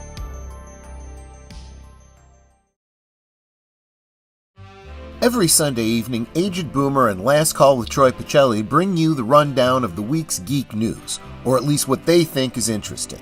You may have heard about it elsewhere, but Boomer and Pacelli spin it like only two old geezers can. It's Geeky Geezers, every Sunday evening at 8 Central, 9 Eastern. Hello. While you're here, please visit our merch store where you can get cute t-shirts just like this. Link in the description below.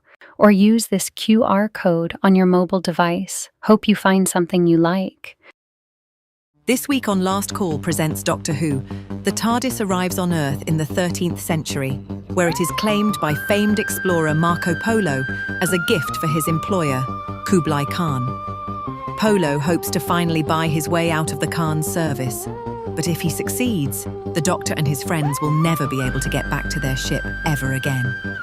It's part 1 of the reconstruction of the missing media Doctor Who serial Marco Polo. This Sunday on Last Call presents Doctor Who. Every Monday night is Members Night at the movies on Last Call. Members enjoy an exclusive watch party just for them, and you can join too for as little as $1.99 a month.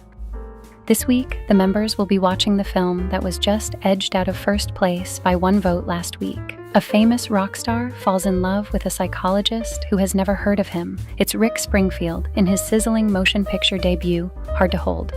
Members, please join us Monday night at 9 Central, 10 Eastern. And if you're not a member, please consider it. It really helps support what we do here at Last Call. Thanks. This week on Live from Sparkwood and 21, the small northwest town of Twin Peaks, Washington is shaken when the body of the homecoming queen, Laura Palmer, is discovered washed up on a riverbank, wrapped in plastic. It's the pilot episode to the show the superfans analyze every week. Join us for a rewatch of the premiere episode of Twin Peaks. A link to the live off-platform stream of the feature will be provided in the chat, and the conversation will be here on Deleted Scenes YouTube channel and affiliates this Tuesday at 7:30 Central, 8:30 Eastern. The headmaster of a prestigious prep school calls on Holmes for help in investigating the disappearance of the only son of his patron, a rich and powerful duke who seems more worried about staying out of the public eye than finding his 10-year-old heir. After he reluctantly agrees to allow Holmes to take on the case, the great detective investigates not only the missing boy, but a German teacher that have mysteriously vanished also. Can Holmes locate the individuals missing from the Priory School? We'll find out this Tuesday at 9 Central, 10 Eastern on Last Call Presents. Did you top off your glasses? We now return to Last Call.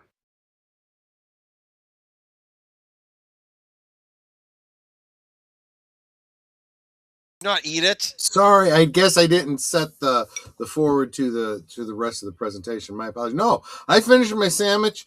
I did not top off my. Well, I guess I'm at the end of what I mixed, so I'm at the end of. Top it off with some grape juice. I did. You want the rest of this one? No more alcohol for me. I am at my limit. I did want to bring up. Thanks a lot, Rachel Zegler. You Hollywood skank, you should have kept your mouth shut. Yes, I could not agree more. Oh, wait a minute. Hold on. Wait, did I go too much forward? What's going on here? Oh, no. I'm sorry. The second one. Bring it back. I screwed up. My apologies. apologies. Oh, my goodness. I thought we were between. I'm sorry. Anyway, win. What's the win? Is there a win here? Bob Iger is out. We did that. Okay, yeah. Disney's Bob Iger, ex-CEO, is suspicious even as media refused to cover the story. Okay, He's got to have been the worst CEO that we've ever had. And don't even talk about. I don't care what your opinion of Chapek is. He was never actually in charge. I had issues with Eisner back in the day, but. Yeah, Eisner seems like a marketing genius by comparison. Well, Eisner would mess up the Disney-owned stuff, but he wouldn't go on a buying spree, buying up things that didn't belong to Disney and started screwing them up. Do you understand? That was it. Yeah. Like, I'm so angry about what happened with Gargoyles under Eisner. That was a great cartoon series, that kind of. We've talked about what's that, a loss? What do I have here? Streaming wars. I got to go through this. I think a lot of the problems we're dealing with now are due to this whole stupidity of the streaming wars and all the money that came through and highlighting things that never should have been made in the series being made. We're getting a Burb series. Unfortunately, the whole streaming wars was a problem of, look, it made sense during the pandemic. What was your plan afterwards? They thought we'd always be locked down. That's probably what they thought. They may have thought that, but they should have planned contingencies. That people don't like these to go people out are and get making way too much money to be this effing stupid. Anyway, let's see here though. But I'm going to talk a little bit about what people in the media call millennial writing. And millennial writing is a slang term that refers to a type of writing primarily in video games that is distinguished by an unnecessary abundance of sarcasm, meme, pop culture references, and cliche quips, such as Marvel one-liners. The most recognized example of millennial writing is the Borderlands video game High on Life, and the 2022 reboot of Saints Row, while screenwriter Joss Whedon is generally considered a major influence following 2023 YouTube video that popularized the term. Millennial writing became a viral subject of discourse on X, Twitter, and 4chan's board. I'm probably going to do a stream at some point talking about how schools are now teaching writing, and it's a huge contributor to what we're seeing. Well, I didn't know that. But this is a Chuck Wendig post, which I use as an example. Tuesday. Can I really quick shout out DJ Play Nice, a great live streamer. He's got a great channel. Check him out, especially if you are into astronomy. I mean, real astronomy, not this sci-fi stuff. Like real, check out the stars type stuff. Check out DJ Play Nice and subscribe. Tuesday, the day you realize that nothing can stop you because you are a magic skeleton packed with meat and animated with electricity and imagination. You have a cave in your face full of sharp bones and 5 tentacles at the end of each arm. You can do anything magic skeleton. I guess that's considered an example. Chuck Wendig, he wrote one of the in-between Star Wars novel explaining what happened between the original trilogy and the sequel trilogy. Yep, don't care. Don't care because it leads up to bull crap that I don't care about. I heard he's not a good writer. Anyway, what happened to the writers? I don't like this term millennial writing because when this article came out recently, I think I realized that. I don't know. I hope I'm not going off on a tangent here, but it's not unfair to blame a lot of millennials for how bad the writing is because they weren't hiring necessarily the right people. So this is from the Jacob Savage article, Lost Generation. You probably heard of this. Hope I'm not going off on a tangent here, but I'm just going to read some quotes. This is from the article, but he couldn't outrun the culture. This was someone who had been trying to pay his dues and had serious pitches that sounded good and looked like he was going to get a job, but he couldn't outrun the culture. In the fall of 2014, the Oscars nominated only white people for acting awards, and Oscars So White #was born. The New York Times ran story after story. The Academy promised reform, as did the studios, as they delivered in 2015. Matt was looking for a follow-up job as a staff writer or story editor. I couldn't crack anything, he recalled. It was like almost immediate. There was a real disillusionment because I thought it was just kind of me for a while. And then we find out later on it wasn't. Hollywood was in the midst of a revolution. As Oscar So White bled into Me Too, the mandates only intensified. You could read a white guy's script, a former assistant to a Gen X white male showrunner told me, but there's no way in hell that person was going to get staffed on the show. Showrunners only had a couple of spots for white people, and they usually kept those reserved for the 40 or 50-year-old white guys. Pause right there. Yes. That is exactly what people are suing over and winning. That is literally racism. That is literally making choices based on race. And that is illegal in this country. And it's not just that they're doing it. You don't even need to prove it because they are admitting it openly. So what you say on social media and what you say to the general media can be used in court against you, you dumb MFers. So it's funny, this article did keep the names out of it, but I did want to bring up a point that, who knows, maybe there was some validity to the fact that the Oscar nominations in the Oscars So White that year, that was the year that Sicario came out, and I didn't know why Benicio del Toro wasn't nominated for an Academy Award. So maybe there was some truth in that, but as usual, Hollywood overcorrects. Instead of it being, oh, prejudice is wrong, no, we just have to be prejudiced against the right group. That's what this feels like. And exactly I think this is ridiculous. And it might also explain why some of the wrong people were getting hired for writers. Okay. Exactly. The way Hollywood is going about things, it feels like money laundering scheme. Yes, it is. And just look at USAID to know at least where part of that money was coming from. Then look at Soros, and then look at so many BlackRock and, all Vanguard and all the others. I have to get some sleep before work. Good night. Yeah, I totally understand, Booger. You take care. Have a good night. And remember, the stream will still be up tomorrow if you want to catch up where we were. Yeah. That's racist. I picture Thank the you, Geek meme, Flag. the meme that he often shares. Yeah. Yes. Okay. Moving on to this is a theory I just came up tonight, and I could be full of crap. Theory: perhaps these older Gen X and Boomer writers used the political circumstances to get rid of their younger competition by hiring younger writers who weren't qualified or weren't good writers by doing the check boxes. But I just thought of that There tonight. might be some that I there might be completely some that off. think that. But But honestly, the entire industry is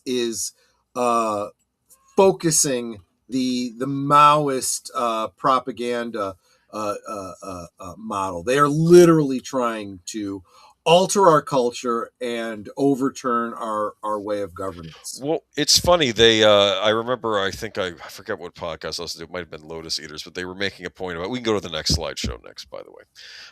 Okay. They. Oh yeah.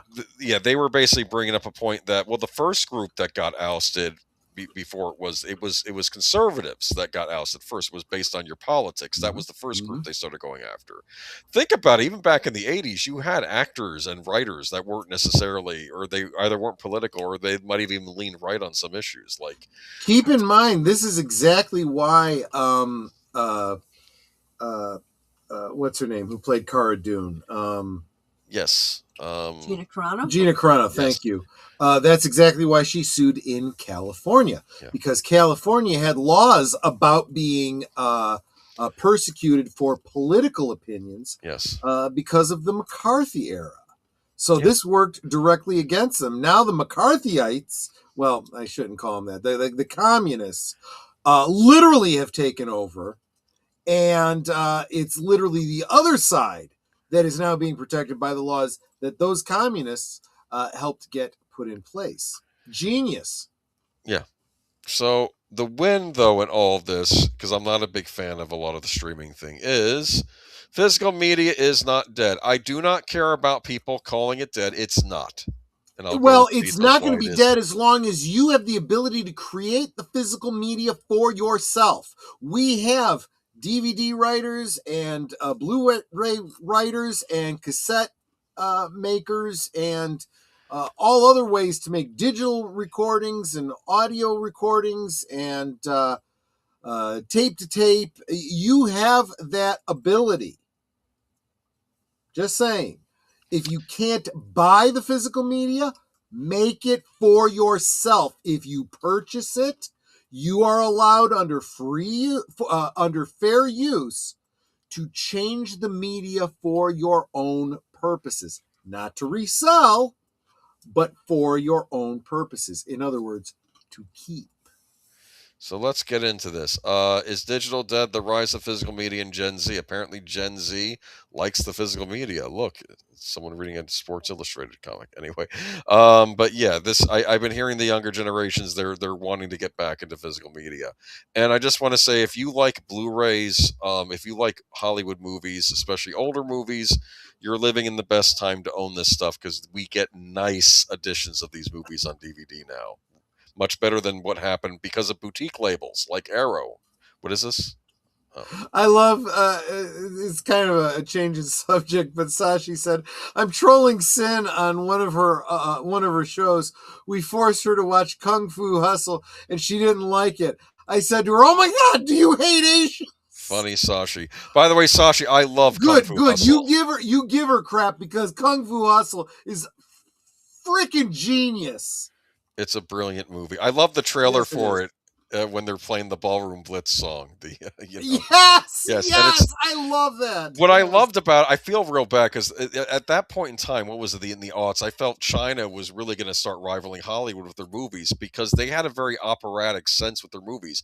You either had these tragedies or these comedies coming on the big screen with all this kung fu and martial arts, and I like House of Flying Daggers, I would have thrown that in maybe with a more tragic thing. But then you had something like Kung Fu Hustle as the opposite. I want to say hi to Joe's Atmosphere in case I didn't earlier. I can't remember because I'm super, super foggy right now. But also, yes, the modern generation loving vinyl. We were just watching the members on Monday. We were watching Grease. And, going back to last Friday, we were talking about soundtracks from movies of the 70s and 80s, and how we owned them on vinyl. Okay. And how I would go over to my girlfriend's house and we'd, go through her collection. I'd bring over some records I wanted to listen to and whatnot. And there was, and the other thing too, you don't get this with, unfortunately, it was something that was kind of lost with CDs or being lost with CDs. Yeah. The artwork on those huge LP covers was incredible, some of it. And when you shrank it down to CD, or even worse, to cassette, you kind of ruin all that artwork. So there's many levels to this art. So these are what I call boutique DVDs from Arrow Video. There are other boutique labels out there as well. Arrow. Basically, is they'll this take like steel boxes kind of a thing? Sometimes they come in steel boxes, but no, this is just you buy this collector set and you get all this cool swag. Like you get a free, it's like a fake newspaper article about the guy being arrested or something in the mask. Pictures. It was probably a reproduction of something that was in the movie. And this is so much better than something Warner Brothers would put out for their own movie. I'm going to show you some others here. You've got the Excalibur special edition coming out soon. Carmina Burana, yeah. I mean, this is going to be incredible. You have Westworld special edition coming out from them soon. It's funny, I was watching some guy reviewing this. It's a really great DVD set, but for some reason, Blu-ray said they don't mention the HBO series at all in any of the documentaries, and I'm thinking, he's like... Because it had nothing to do with this. Well, it's been... The guy was mentioning that series has vanished. It's like it's been buried and nobody talks about it anymore. It was weird. I actually kind of liked the first season of it, but the first season was great. I loved it. Well, I kind of saw that maybe this is a follow-up to that movie where this is like 30 years later and like the robots are more advanced now. But the Teenage Ninja Turtles trilogy set they put out. By the way, the people that did that Westworld HBO series, same people that are working on Fallout right now. Some of the same. You could almost see them taking place in related similar things, stories, with the robots and whatnot, That makes sense, actually. Some of the same people worked on that. But there's the Teenage Ninja Turtles trilogy set, and I know why are they remastering Part 3? Because why not? Okay, that's exactly. Fine. It's part of the series as far as they're concerned. Right? Whether you like it or not. The Warriors love this. Love this. We did a watch party of that over on Big Al's channel. That was good times. Yes, and then we have Dark City. That's another one I picked up recently. Again, they're doing better jobs on these than Warner Brothers did. I haven't even seen that. That one is on my long Oh, I don't want to say anything about it. You just got to see it. I can't spoil it for you. Okay. It's you'll like it. You'll like it. That's all I'm going to say. The Cell that came out in a special edition recently from them. Is that the one with? Yes, it is. It's the one with Jennifer Lopez. Vince Vaughn and Vincent D'Onofrio as the serial killer. And she goes into the mind of the serial killer. Remember that? Yeah. I don't remember if I saw it or not. I know I had wanted to. Yeah. It's an interesting movie. There's a company bringing Asian movies over to the U.S. Well, Go U.S. Entertainment. They have a YouTube channel with trailers. I think they bring it to U.S. streaming sites. I've purchased DVDs from Well Go as well. They do release physical media as well. I think I got I have to watch it. I think it was There is like a metric ton of Asian there's a series. Ton of Asian on stuff. Amazon Prime right now. Yeah. But moving on to There's a Simple Plan. I got that recently, the classic Sam Raimi movie with Bill Paxton and Billy Bob Thornton. And Bridget Fonda before she left Hollywood. Yeah, Bridget Fonda. That's right. She was the wife in that, the Lady Macbeth in that movie, basically.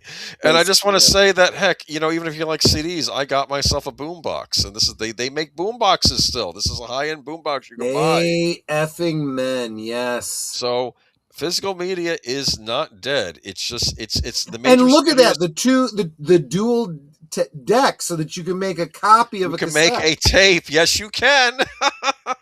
or a mixtape. You can also stream, I think, MP3s on this thing and also send it. They also have the newer amenities where you could do make it a Bluetooth thing. And I'm wondering, could I theoretically put my iTunes up, play something on my iTunes, and record it to a tape? I'll have to try that someday. Right. What's the point, though? Because I can just copy it from the CD. Because CDs, yes. But yeah, here we go, though. But yeah, DVD, despite the studio's best effort by going on and streaming and stuff, the boutique labels are keeping Blu-rays and DVDs alive, and they're doing a great job at it. And I never thought we'd get such a nice edition of Excalibur coming out, so I'm looking forward to that. Okay, another loss. Let's pull through these. DC and Marvel Comics. Yeah, I gotta say, remember these? Remember comic books? We often talk about the state of Marvel because we're relating it to movies. But we forget it was originally comics, and that's how people would experience Marvel back in the day, and DC. And I don't even want to talk about what's gone on in the comics. Well, I'm just going to say, yeah, we don't even talk about Marvel and DC in regards to currently produced comic books. We look at this. Look at these two examples. You had the New Warriors with Snowflake and whatever, because they were making fun of the link online. All of which were so brutalized in the mainstream media. They didn't sell those characters. You haven't heard of them since they first came out. Seriously, they were gone so quickly. Yeah. Nobody even remembers. And then you have the Harley Quinn. Does that say Fartacular on the cover? Because why leave the mystery up? If I remember correctly, a disgusting fetish comic. This thing had a weird, like, scratch and sniff fart smell. Yeah. Awful. I didn't cover the story in Geeky Geezers. I thought about it. I said, no, I'm not going to do it, but I'm going to put this. And it's like, who's running things? Who's in charge of these companies and allowing this stuff to come out? These are damaging the brand. I mean, especially this Harley Quinn comic. Oh, look at this. The Cell was the first. Yeah, that they saw in the, there you go. I mean, Back to the Future DVD and the cartoon series on DVD. That's right. That is a serious fan. And by the way, if you are a Back to the Future fan, make sure you check out Retro Blasting. He is your one-stop shop for Back to the Future, James Bond, Indiana Jones, to some degree Star Wars. Definitely check out Retro Blasting. Let's get out of here. I can't even look at that Harley. I shouldn't have put that up here. Okay. That's disgusting. Yeah. Okay. A win. But that's okay because all the comic book shops are going out of business. I'm joking. This is not a win. I don't know a win in this. Maybe Young Ripa. I forgot to mention him. He does do a comic line, and people that are doing independent comics. Yeah. I guess that's the positive thing. Yes. Yeah. So maybe I should have put that here. I feel bad for the comic stores. They're just going under, and that was a thing you and I had growing up, right? We would go to the comic store and look around and. Because nowadays I go to my local comic book store and I'm looking for back issues, and he's like, your best bet is to find back issues on eBay or whatever. And it's like, okay, I'll give my money to somebody else. I'll bypass you. He's like, yeah, because and he says that because he's just being honest. This is what he would have to do. He can't afford to hold on to that much stock. He's on such a razor thin margin to begin with that he would have to go to eBay to find the comics I'm looking for anyway. And then he'd have to upcharge me, better that I just go and do it myself. And it's like that literally is just and nobody's buying the new stuff anymore. It all sucks. Yeah. It's really bad. I mean, that was to go to the comic book shop tomorrow. Or this weekend. I'm not really ready because I don't have a list of things I want to get, but okay, we'll talk about it later. See what's up. Maybe Archie is still in good shape, huh? Probably not. Not after that series that came out on maybe. Okay, loss. What's another loss? Let's see here. We have billions spent on woke games that didn't sell. Well, I don't want to necessarily heap this as a positive because, frankly, remember there was the one that. Like what was it? The Swedish government or something was paying for it. Now you got this web series that the Brits have put out that ended up getting memed into oblivion. I didn't know that. That one. Oh no, the one with what was it, Angela or something, or whoever's in I that. don't remember what the The character's name is. purple-haired girl. Yes, I've seen that. It's like they She became like a conservative far voice. right icon. They always say right. far right. Embracer Group takes a new hit as game is panned. This was the Saints Row reboot they did, which was a disaster.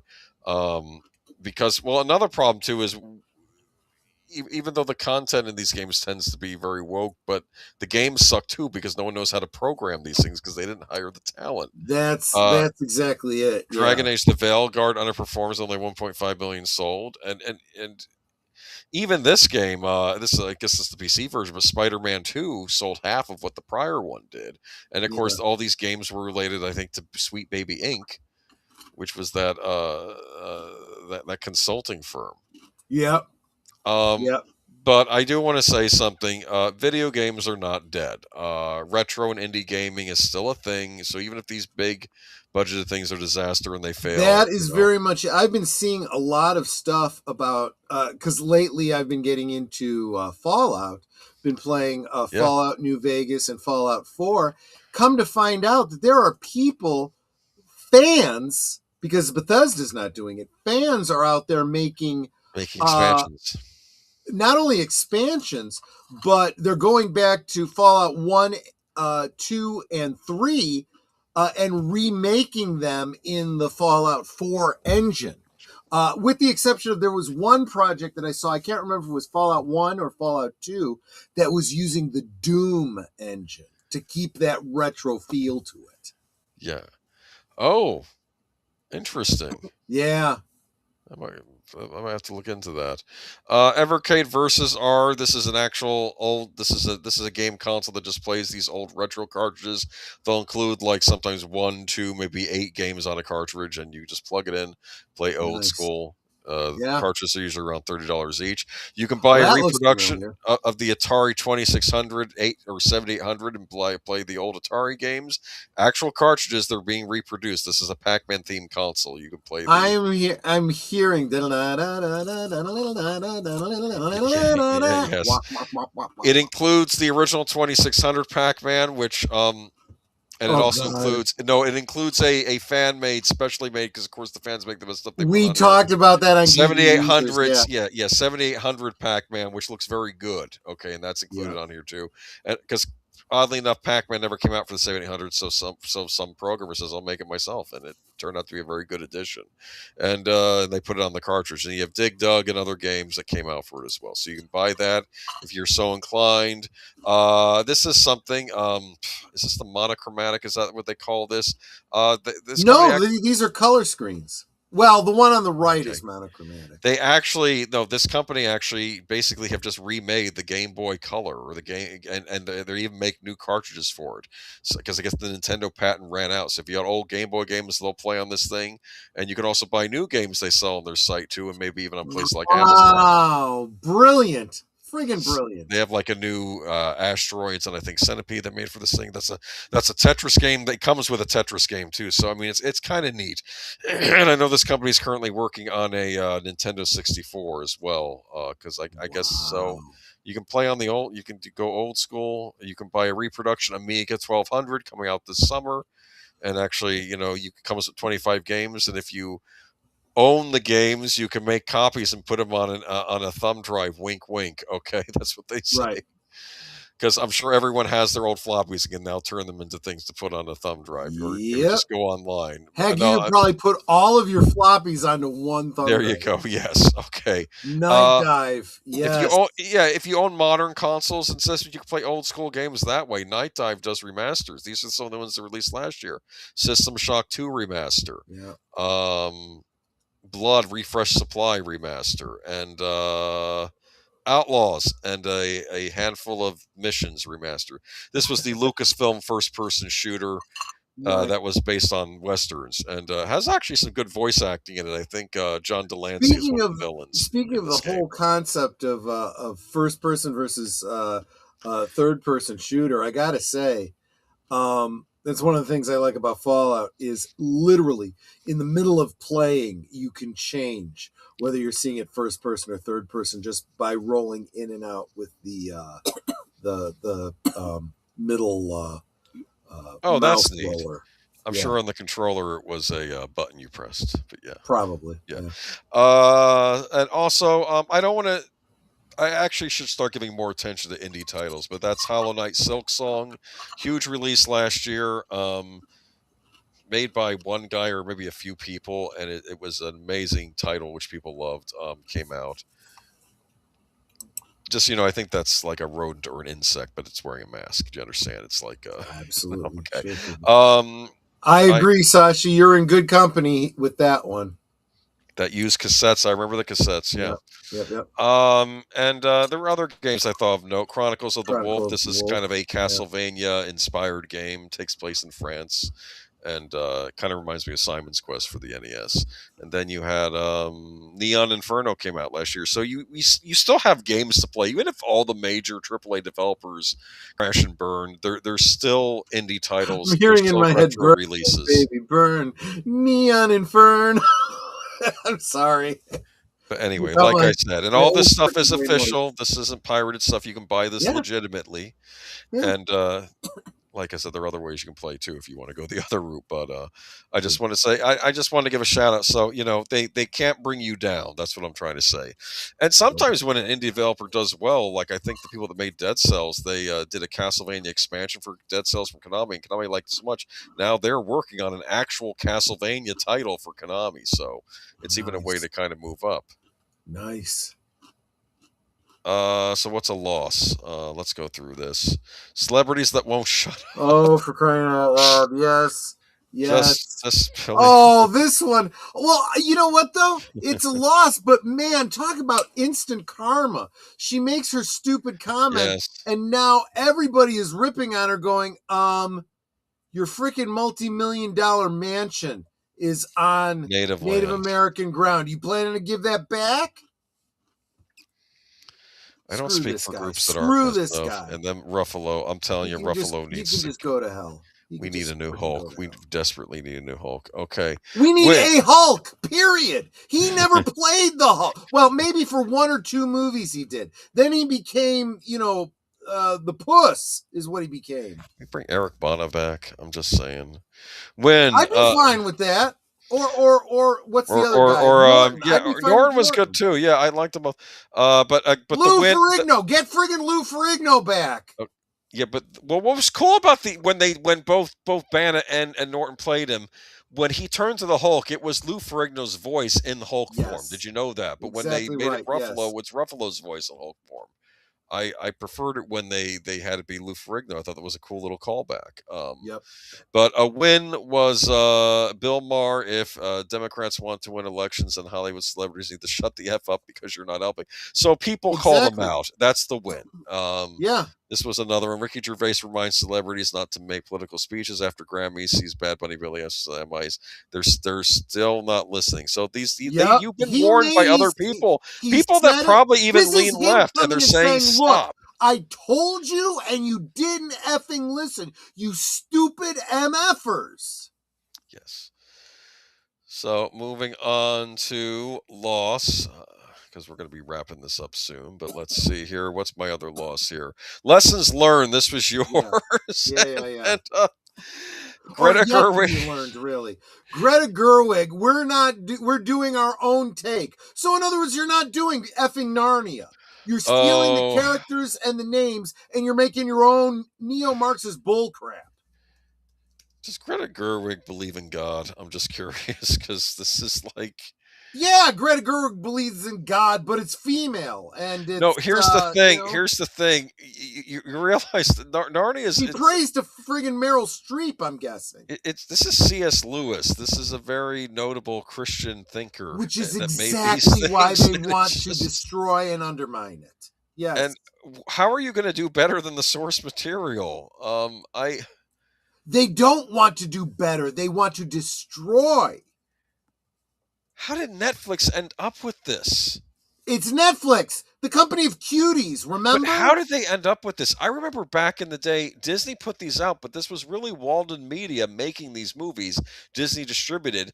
They got angry at Disney because Disney wasn't going to give them enough money for the third movie, so then they went with Fox instead as a funder for the third movie.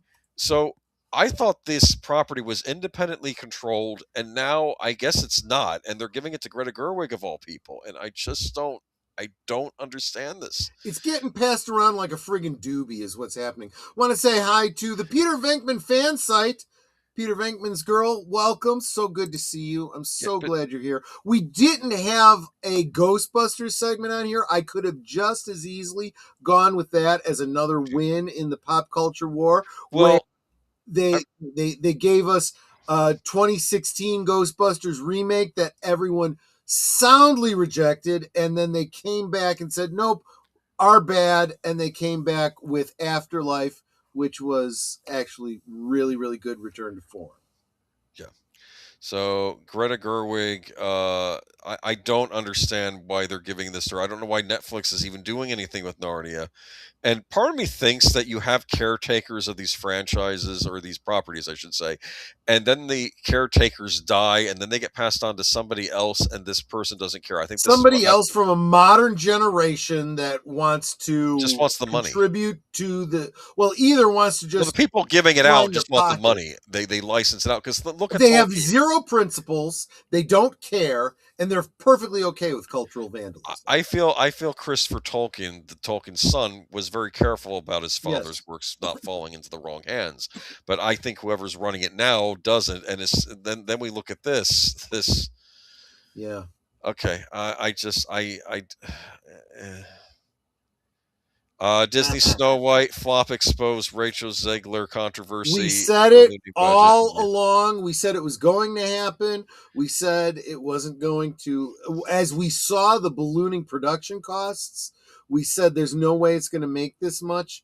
Now we are vindicated. Now it's we were right.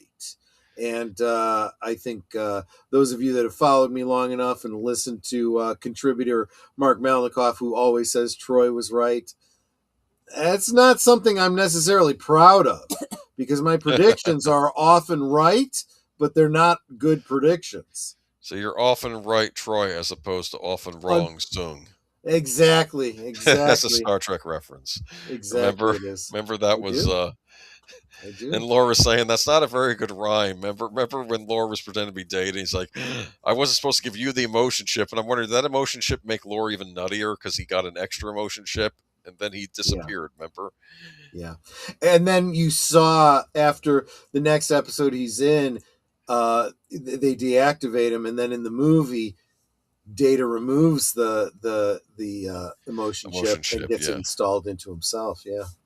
Yeah, and that's the problem with Data, because in the movies it was kind of interesting. Sometimes he would just deactivate it or turn it on, right? He would turn it on or off. Right. I don't know. Anyway. Yes, I remember Nate putting his money where his mouth was. He made a prediction, and he was right, and his brother owed him $20 about it. Question about Captain Picard.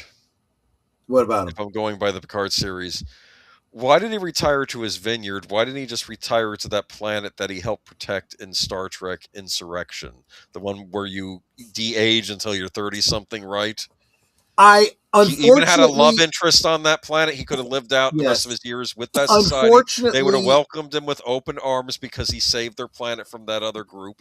There was an implied canon. There is nothing in canon to tell us for certain, but there is an implied canon that they were given the Talos 4 treatment, where it's illegal for anyone from the Federation to go there. But they run their society. They can decide who goes there or not. Do you understand what I'm he would saying? have to. He would. They're not going to let Picard go there after he was the one responsible for basically. What they would say is the rules apply to everybody. If you go there, you have to renounce your Federation membership, and you can't come back. Well, fine. And then we would what's never see stopping him Picard. from doing that? I mean, Well, I don't the know. question of whether or not they want to bring the character, Because he didn't seem to like the Federation too much in Picard season 1 anyway. So it's if I'm going by that logic, I they you. didn't save the Romulans for reason, which doesn't make any sense. That's not something the Federation would do. I would not sweat that too much because, again, remember, everything under the J.J. Abrams and Kurtzman track is literally a separate license and will be decanonized.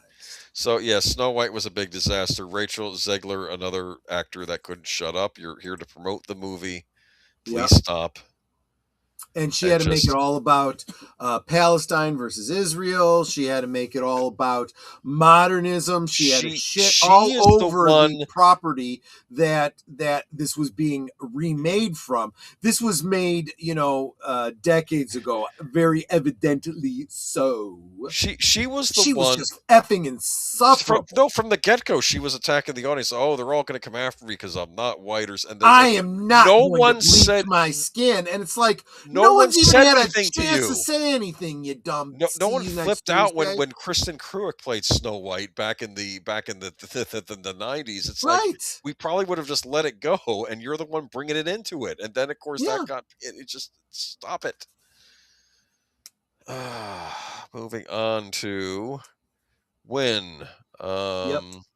Some good shows are being produced. That's what you said. So I agree. I like this trailer. In fairness, I can't judge it's not out yet. It's not out yet, but I can tell you their marketing. And I want to thank. I'm not. Was it Donnie? I don't remember who the member was who came on Liquid Lunch and suggested this to me. I went and I checked out the trailer after this, and let me tell you something. This was an effing awesome trailer. In fact, the way the trailer is released, you can watch it in black and white or color. Yeah. The version I saw was both. You watch color. Yeah.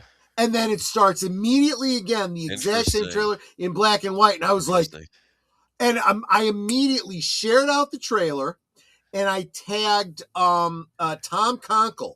I said, these guys are taking a page from the Tom Conkle school of thought and are doing their noir in both black and white and color. And you get to choose. And then of course, because YouTube suggests videos based on the last thing you just watched, the Heavy Spoiler Show came up with his take on it, and he goes, and you better believe, if you're smart, if you care about classic film, you'll be watching the correct version, which is the black and white version. I'm like, oh, I already thought you were a great channel.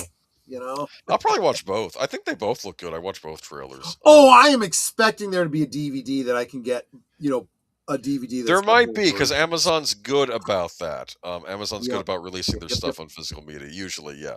But Nicolas Cage is, but I kind of like this. Oh, and they're friggin' ripping off everybody, and I love it. That particular freeze frame is a direct takeoff on what's his name from Watchmen?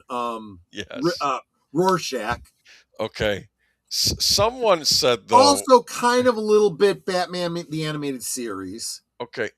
Apparently, I guess the Uncle Ben analog on this series, from what I've read, and I don't know... I only read this one comment. It says it has the most horrific, Uncle Ben-style death in any of the Spider-Man canon. And I'm wondering what happens to his thing when he's younger. I don't know how it... Because this is a completely different... Spider-Man in a different universe, so it really is by the name of Ben Reilly, which of course we could talk about the whole Clone Saga and everything, but I kind of dig that. I also love the tagline for this. The tagline is no powers, no responsibility. I'm like, sure looks like he's got powers though, but I love the tagline. Wait a minute, I thought the same thing because we see him web slinging, but remember, the web slingers are, unless you're going with the Tobey Maguire Spider, they're not part of his natural ability. It's something he invents to swing. Exactly. He may not have powers on this. This may be like a Batman style thing. And part of me wonders who his villains are. It may not even be named villains like Doc Ock. It could just be gangsters or something. I don't know. I don't know what he's going on. He's a private eye, right? Yeah. He's like a shadow type character. I'm interested. I don't know much about. He's a private dick, but also a vigilante, and I guess there's a backstory to the whole vigilanteism thing. But let me see here. Now we move on to, and you're a big fan of this Fallout show. I've seen season 1. Really am. I like the lead actress on this. She's funny in interviews, actually. And I love, there's a meme that I saw of her. There's just, they could have chosen any shot from the show, but they chose one in particular. She's got these huge eyes. And they're like, if they had cast her as Alita Battle Angel, they could have saved a ton of money on CG. In defense, I do like Rosa Salazar a lot. I do too. Yeah. I got nothing. I'm just saying it was funny because she really does have big eyes. But I was watching a behind the scenes for this. They could have her be another cyborg in that series. Okay, sure. You go. Okay. I was watching a behind the scenes for how they do a lot of the special effects in this, and it is a masterclass in the use of practical effects and CG combined, and how difficult it is. The CG isn't what makes it expensive. It's the combining of CG with practical effects that is very challenging and very, very expensive to do. They were showing a scene of the Cogsworth robots where most of the Cogsworth robot is a real prop on a gimbal for them to react to. But then the extra arms and the 2 extra eye stalks are added. They have to match up the movements with the bouncy, clunky thing. But because it's, this old, clunky robot, it kind of works.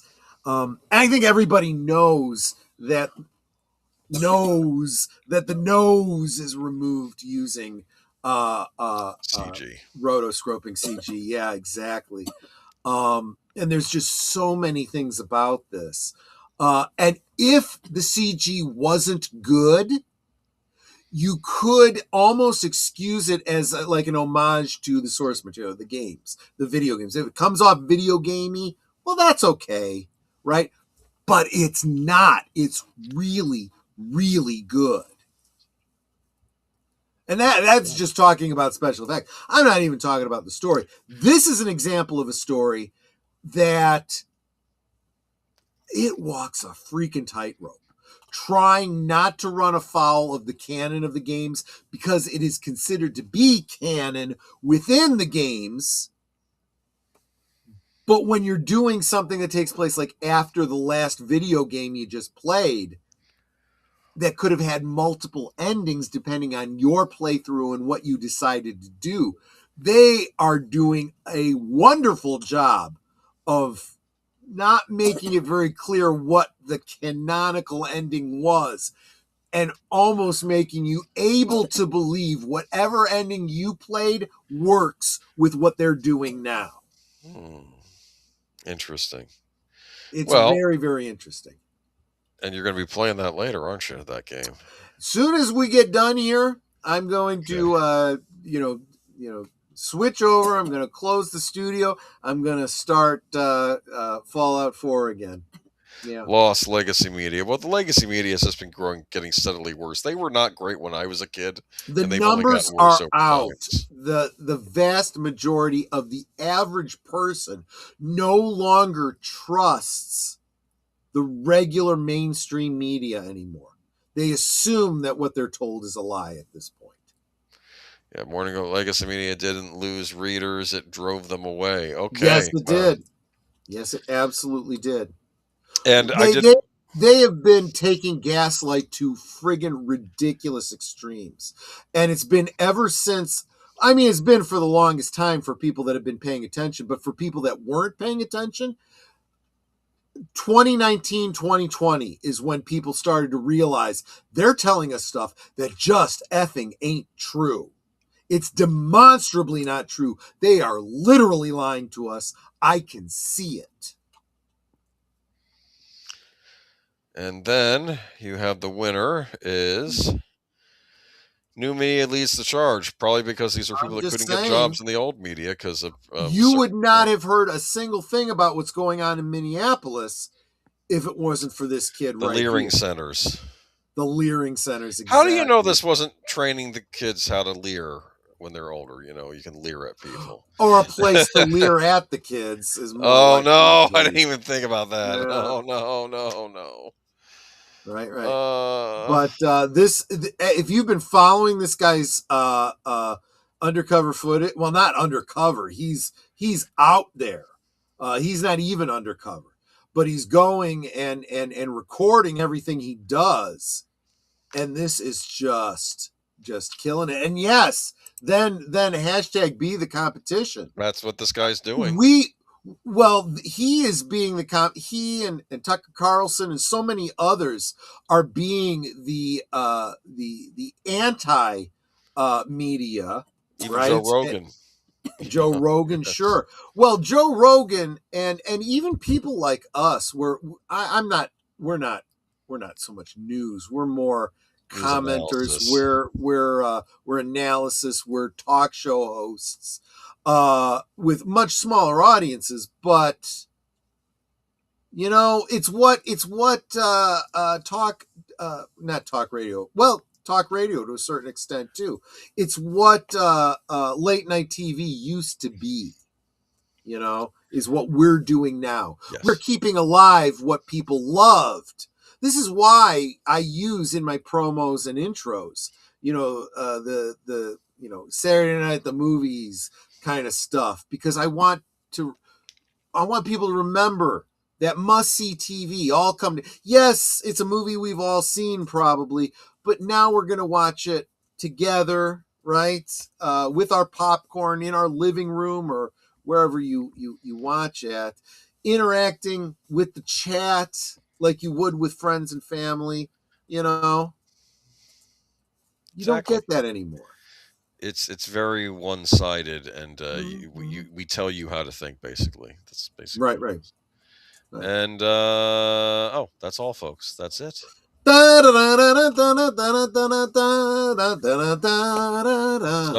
what did we learn tonight, huh?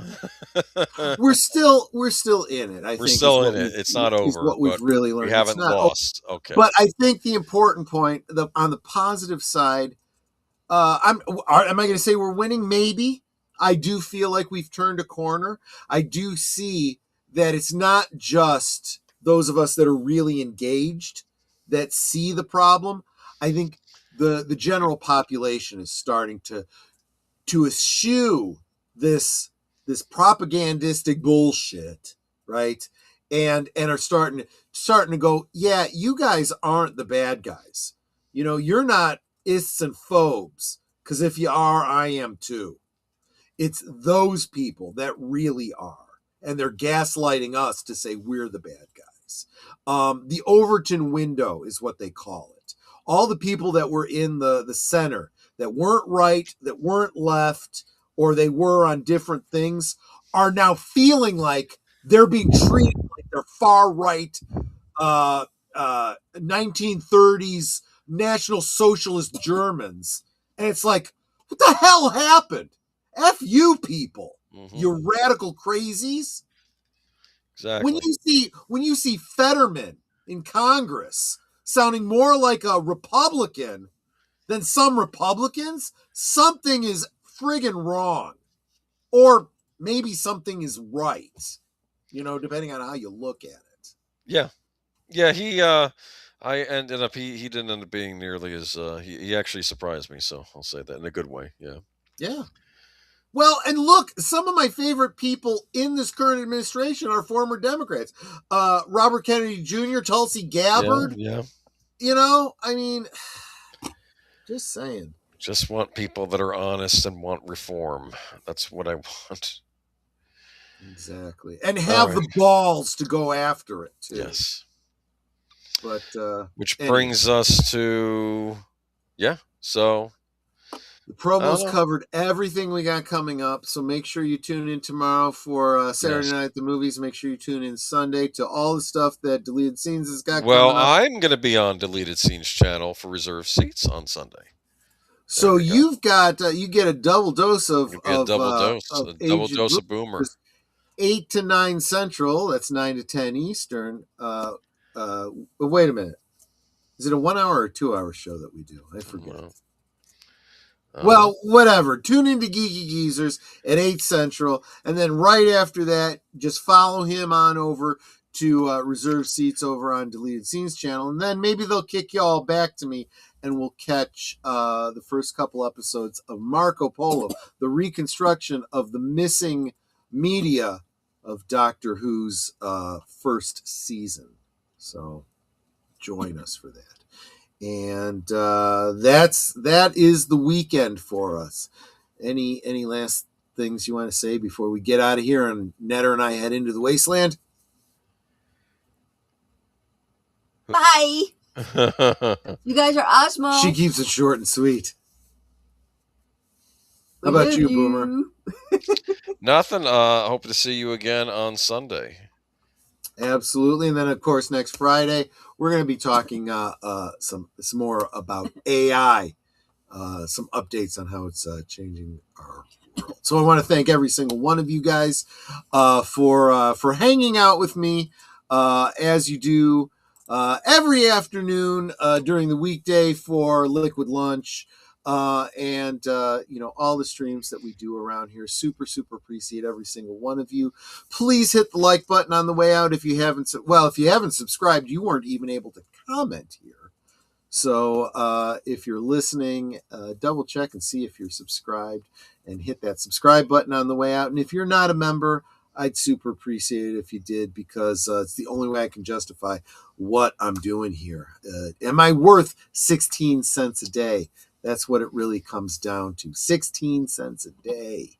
Am I worth it to you guys? You're worth it to me. Barely, but I am worth 16 cents to her. Anyway. And if you want to know what was in the box, tune into Go Thursday check things out from yesterday her stream and from you can see what was in the box. See what was in the box.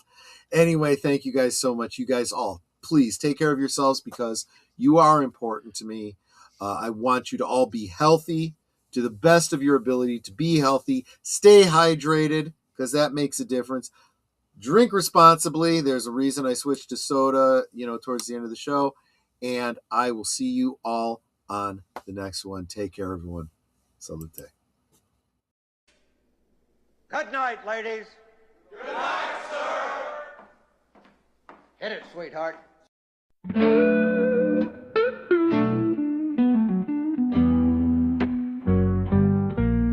The neon lights are fading, closing time is near. Whispers in the corners, secrets shared sincere. The bartender's polishing the final glass. Time slips away like moving through the grass. Last call for alcohol, make your dreams come true. One more round, friends, from me and you. Let's toast to the night, to the stories we've spun.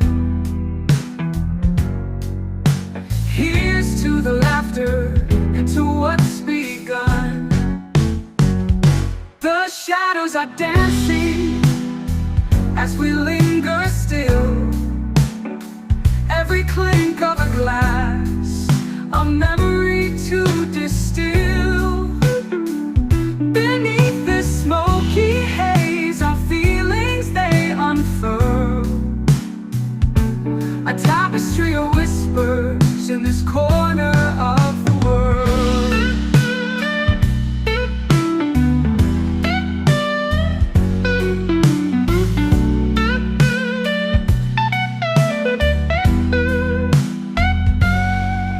The jukebox serenades us with a final tune,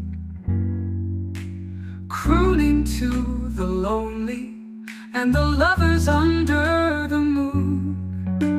With every soft note, the end draws ever near. But in this fleeting moment, there's nothing to fear. Last call for